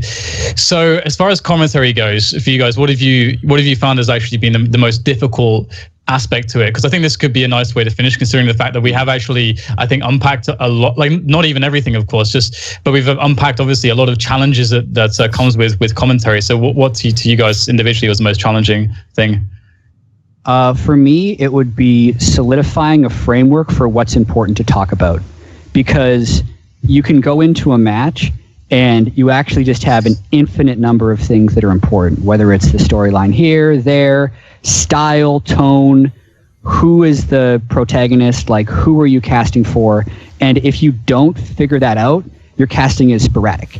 And then on top of that, if you do have a set way with which you view other casting, sometimes you could think this is the only way you can cast, and you hear someone else and you think it's objectively wrong. So the biggest struggle then is to figure out where you want to go with yours, but then also constantly seeing what other casters are doing and reevaluating whether or not you want to take aspects of that style and put it into your own style. So the long and short of it is, like, that's a really big framework for just, what the F do I say? Like, how do I actually cast is the biggest struggle. For me, probably just trying not to be dry. Like, when I watch or when I play, I'm not a really excitable person, right? That's just for me. When I usually just watch a game with friends, I'm just gonna be like, oh, they need to move here. Like, this is a really obvious play. They need to shove this lane. They need to back up, smoke, take this bottom tower. But like from a viewing perspective, that's not the most fun thing in the world to watch, is what I found, right? So it's not that I have to fake hype. It's like you said, DDK, you have to frame it in such a way that it's exciting to you. You have to say, like, oh, if this move works out, it could lead to this. And I have to think a little bit more along those lines. So I'm not just saying X is Y and Z, like, let's wait for it to happen because I know it's going to happen. Yeah, I really like that too, because you have to cast to your audience and you have to understand where the audience is trending. So I think when you're casting a game in its infancy, like League of Legends in 2012, required a much different casting style than League of Legends in 2017, because the people that are watching 6 years later know the basics, and you're doing much less education during the cast. But whereas you're doing it in the infancy of a game, you're like, yeah, they're doing this build for these reasons, and he gets these stats, and you need to remember that the armor and magic resist work in this way. Whereas now it's mostly about storyline, because the people who have been watching have seen that thousands of times, and they're going to be bored out of their minds if you just explain the exact mechanics of the game again. Yeah. I would say that one of the things that is actually a struggle for me, and as much as there'll never be a perfect balance to be able to make these judgment calls, is like, again, as I kind of outlined when Jatt asked me earlier, there is a rationale and a logic that I hope is consistent to when I joke or when I say things that seem harsh, etc. It's not just willy-nilly, It's not like, despite the fact that's what some people who hate me might think. They might think I'm just like mad at this player and I'm just going off on him, It's very rarely emotionally driven like that. But what I will say is a really tough challenge, but I think I've got a better handle on it over the years, is that since it was effective to do this entertaining style and to banter with people and to make hyperbolic statements, what I had to learn was like which spots to pick to do it in. Like, you can't do it all the time, and obviously it wouldn't make sense for me to just do it none of the time. So what I learned instead was like I tried to figure out a rough kind of like hierarchy of when games should have it. So for example, most famously, I once did a tournament. It was DreamHack London. It was in I think September of 2015. And famously, this tournament was, at the time, DreamHack was a big name. So it was, it was considered a big tournament. But the turnout of teams, it just happened to be in a space where a lot of big teams turned it down or didn't qualify. And so the actual tournament field was pretty weak. Like, it was a couple of amazing teams who everyone knew would make the final. And then it was a whole bunch of teams who not only were interchangeable, but no one really cared where these teams placed. So what I did was, that was the tournament where I really figured out this concept that when the game itself wasn't that interesting, like as in it was very boring and dry, or people just don't care about those teams, that's when I would add in more of the showmanship, because the logic I had was, at least I can kind of make up make up the slack for where the game wasn't entertaining. So rather than make it a very analytical breakdown of a game you didn't care about, yeah, that's where I'd be a bit more egregious with jokes and trying to make fun of it and stuff to keep it going as a show. But as a result, the counterbalance that I had to figure to that was, if it is like the big match, like a final or it's a major, then I put very little of that in. Like, unless there's a joke that just really demands, like, in this moment to be said, I generally just make it pretty straightforward. So actually, funnily enough, that's where you see kind of how extreme people who dislike you are. Because if you ever listen to someone who dislikes how I do CSGO, you would think it was like 100% like a roast session every game, all the time. But actually, if you ever go and look at a final, I sometimes do no jokes or anything. It'll just be, any analyst could be doing that particular job, you know, because just in that moment, I figured out if it's fair to take up more space in the other ones, really you should give up more of the room in this one. That's where I kind of hope I found the balance. But like I say, I don't think you can ever perfectly have that balance. It's obviously, it's kind of like you have to keep checking kind of that the metrics are correct for you and how you made your choices. So it's a tough one. And I guess for me, from like I guess there's two answers for me, like from a macro perspective. I think from the macro perspective is like the overall issue with potential, just like falling into stagnancy, for example, because I think it can be very tiring sometimes to, if let's say you're on the road a lot and you're doing a lot of commentary, a lot of events, it can be difficult to find the time to sit down and review the stuff that you're doing and earnestly take it in and look at ways in which you would change things or things that you could, from like an intellectually honest perspective, how you could really better yourself. I think that can be quite difficult sometimes. And because, let's say, again, like if you're on the road a lot, then you might be way less inclined to actually do that because you're doing so much work, just the casting itself. So then it just like you habituate some stagnancy, and that's like, I fall into stagnancy from doing that, and that's like a battle that I have to sort of be self-aware enough to bring myself out of and be like, okay, I need to get better at my craft.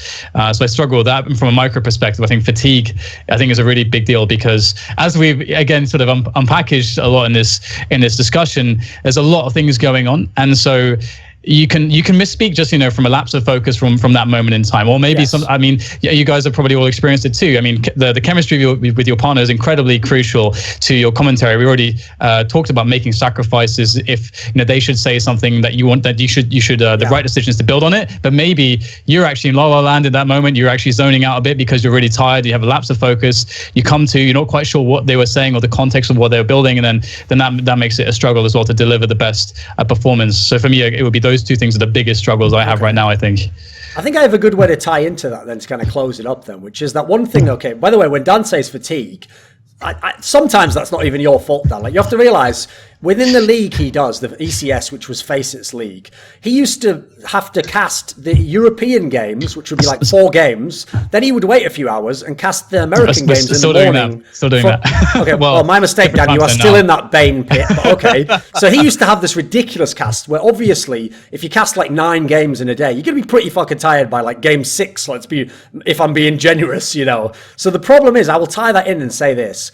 Another factor that I don't blame fans, because I can't do it myself when I'm at home. When I'm kind of watching the movie, I get drawn into it.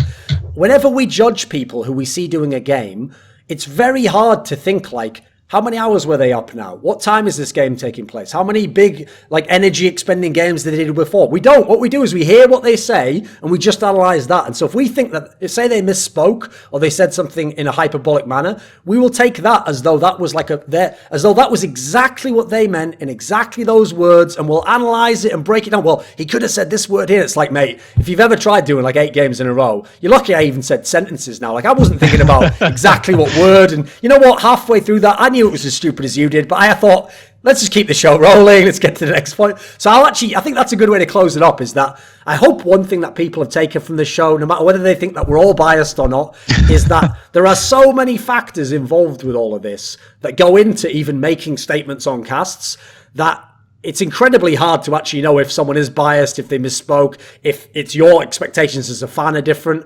And I won't do like some cheesy like Larry Springer or whatever, what was his name? Jerry Springer, where he would always end like, take care of each other. I won't do something like, we're all human in the end, is what we learned. Like, listen, there are casters who are worse than others. Some of them probably are more biased than others. Maybe I'm one of them. But there is a lot of nuance to it that I don't think even every caster could articulate. But hopefully we did a good job attempting to. Right, we'll end on that note. Yeah, and I'll make a biased caster note towards casters. I think we had a good show. There we go. We'll just end on that then, yes, exactly. We'll end on self-congratulation, writing our own reviews. Okay.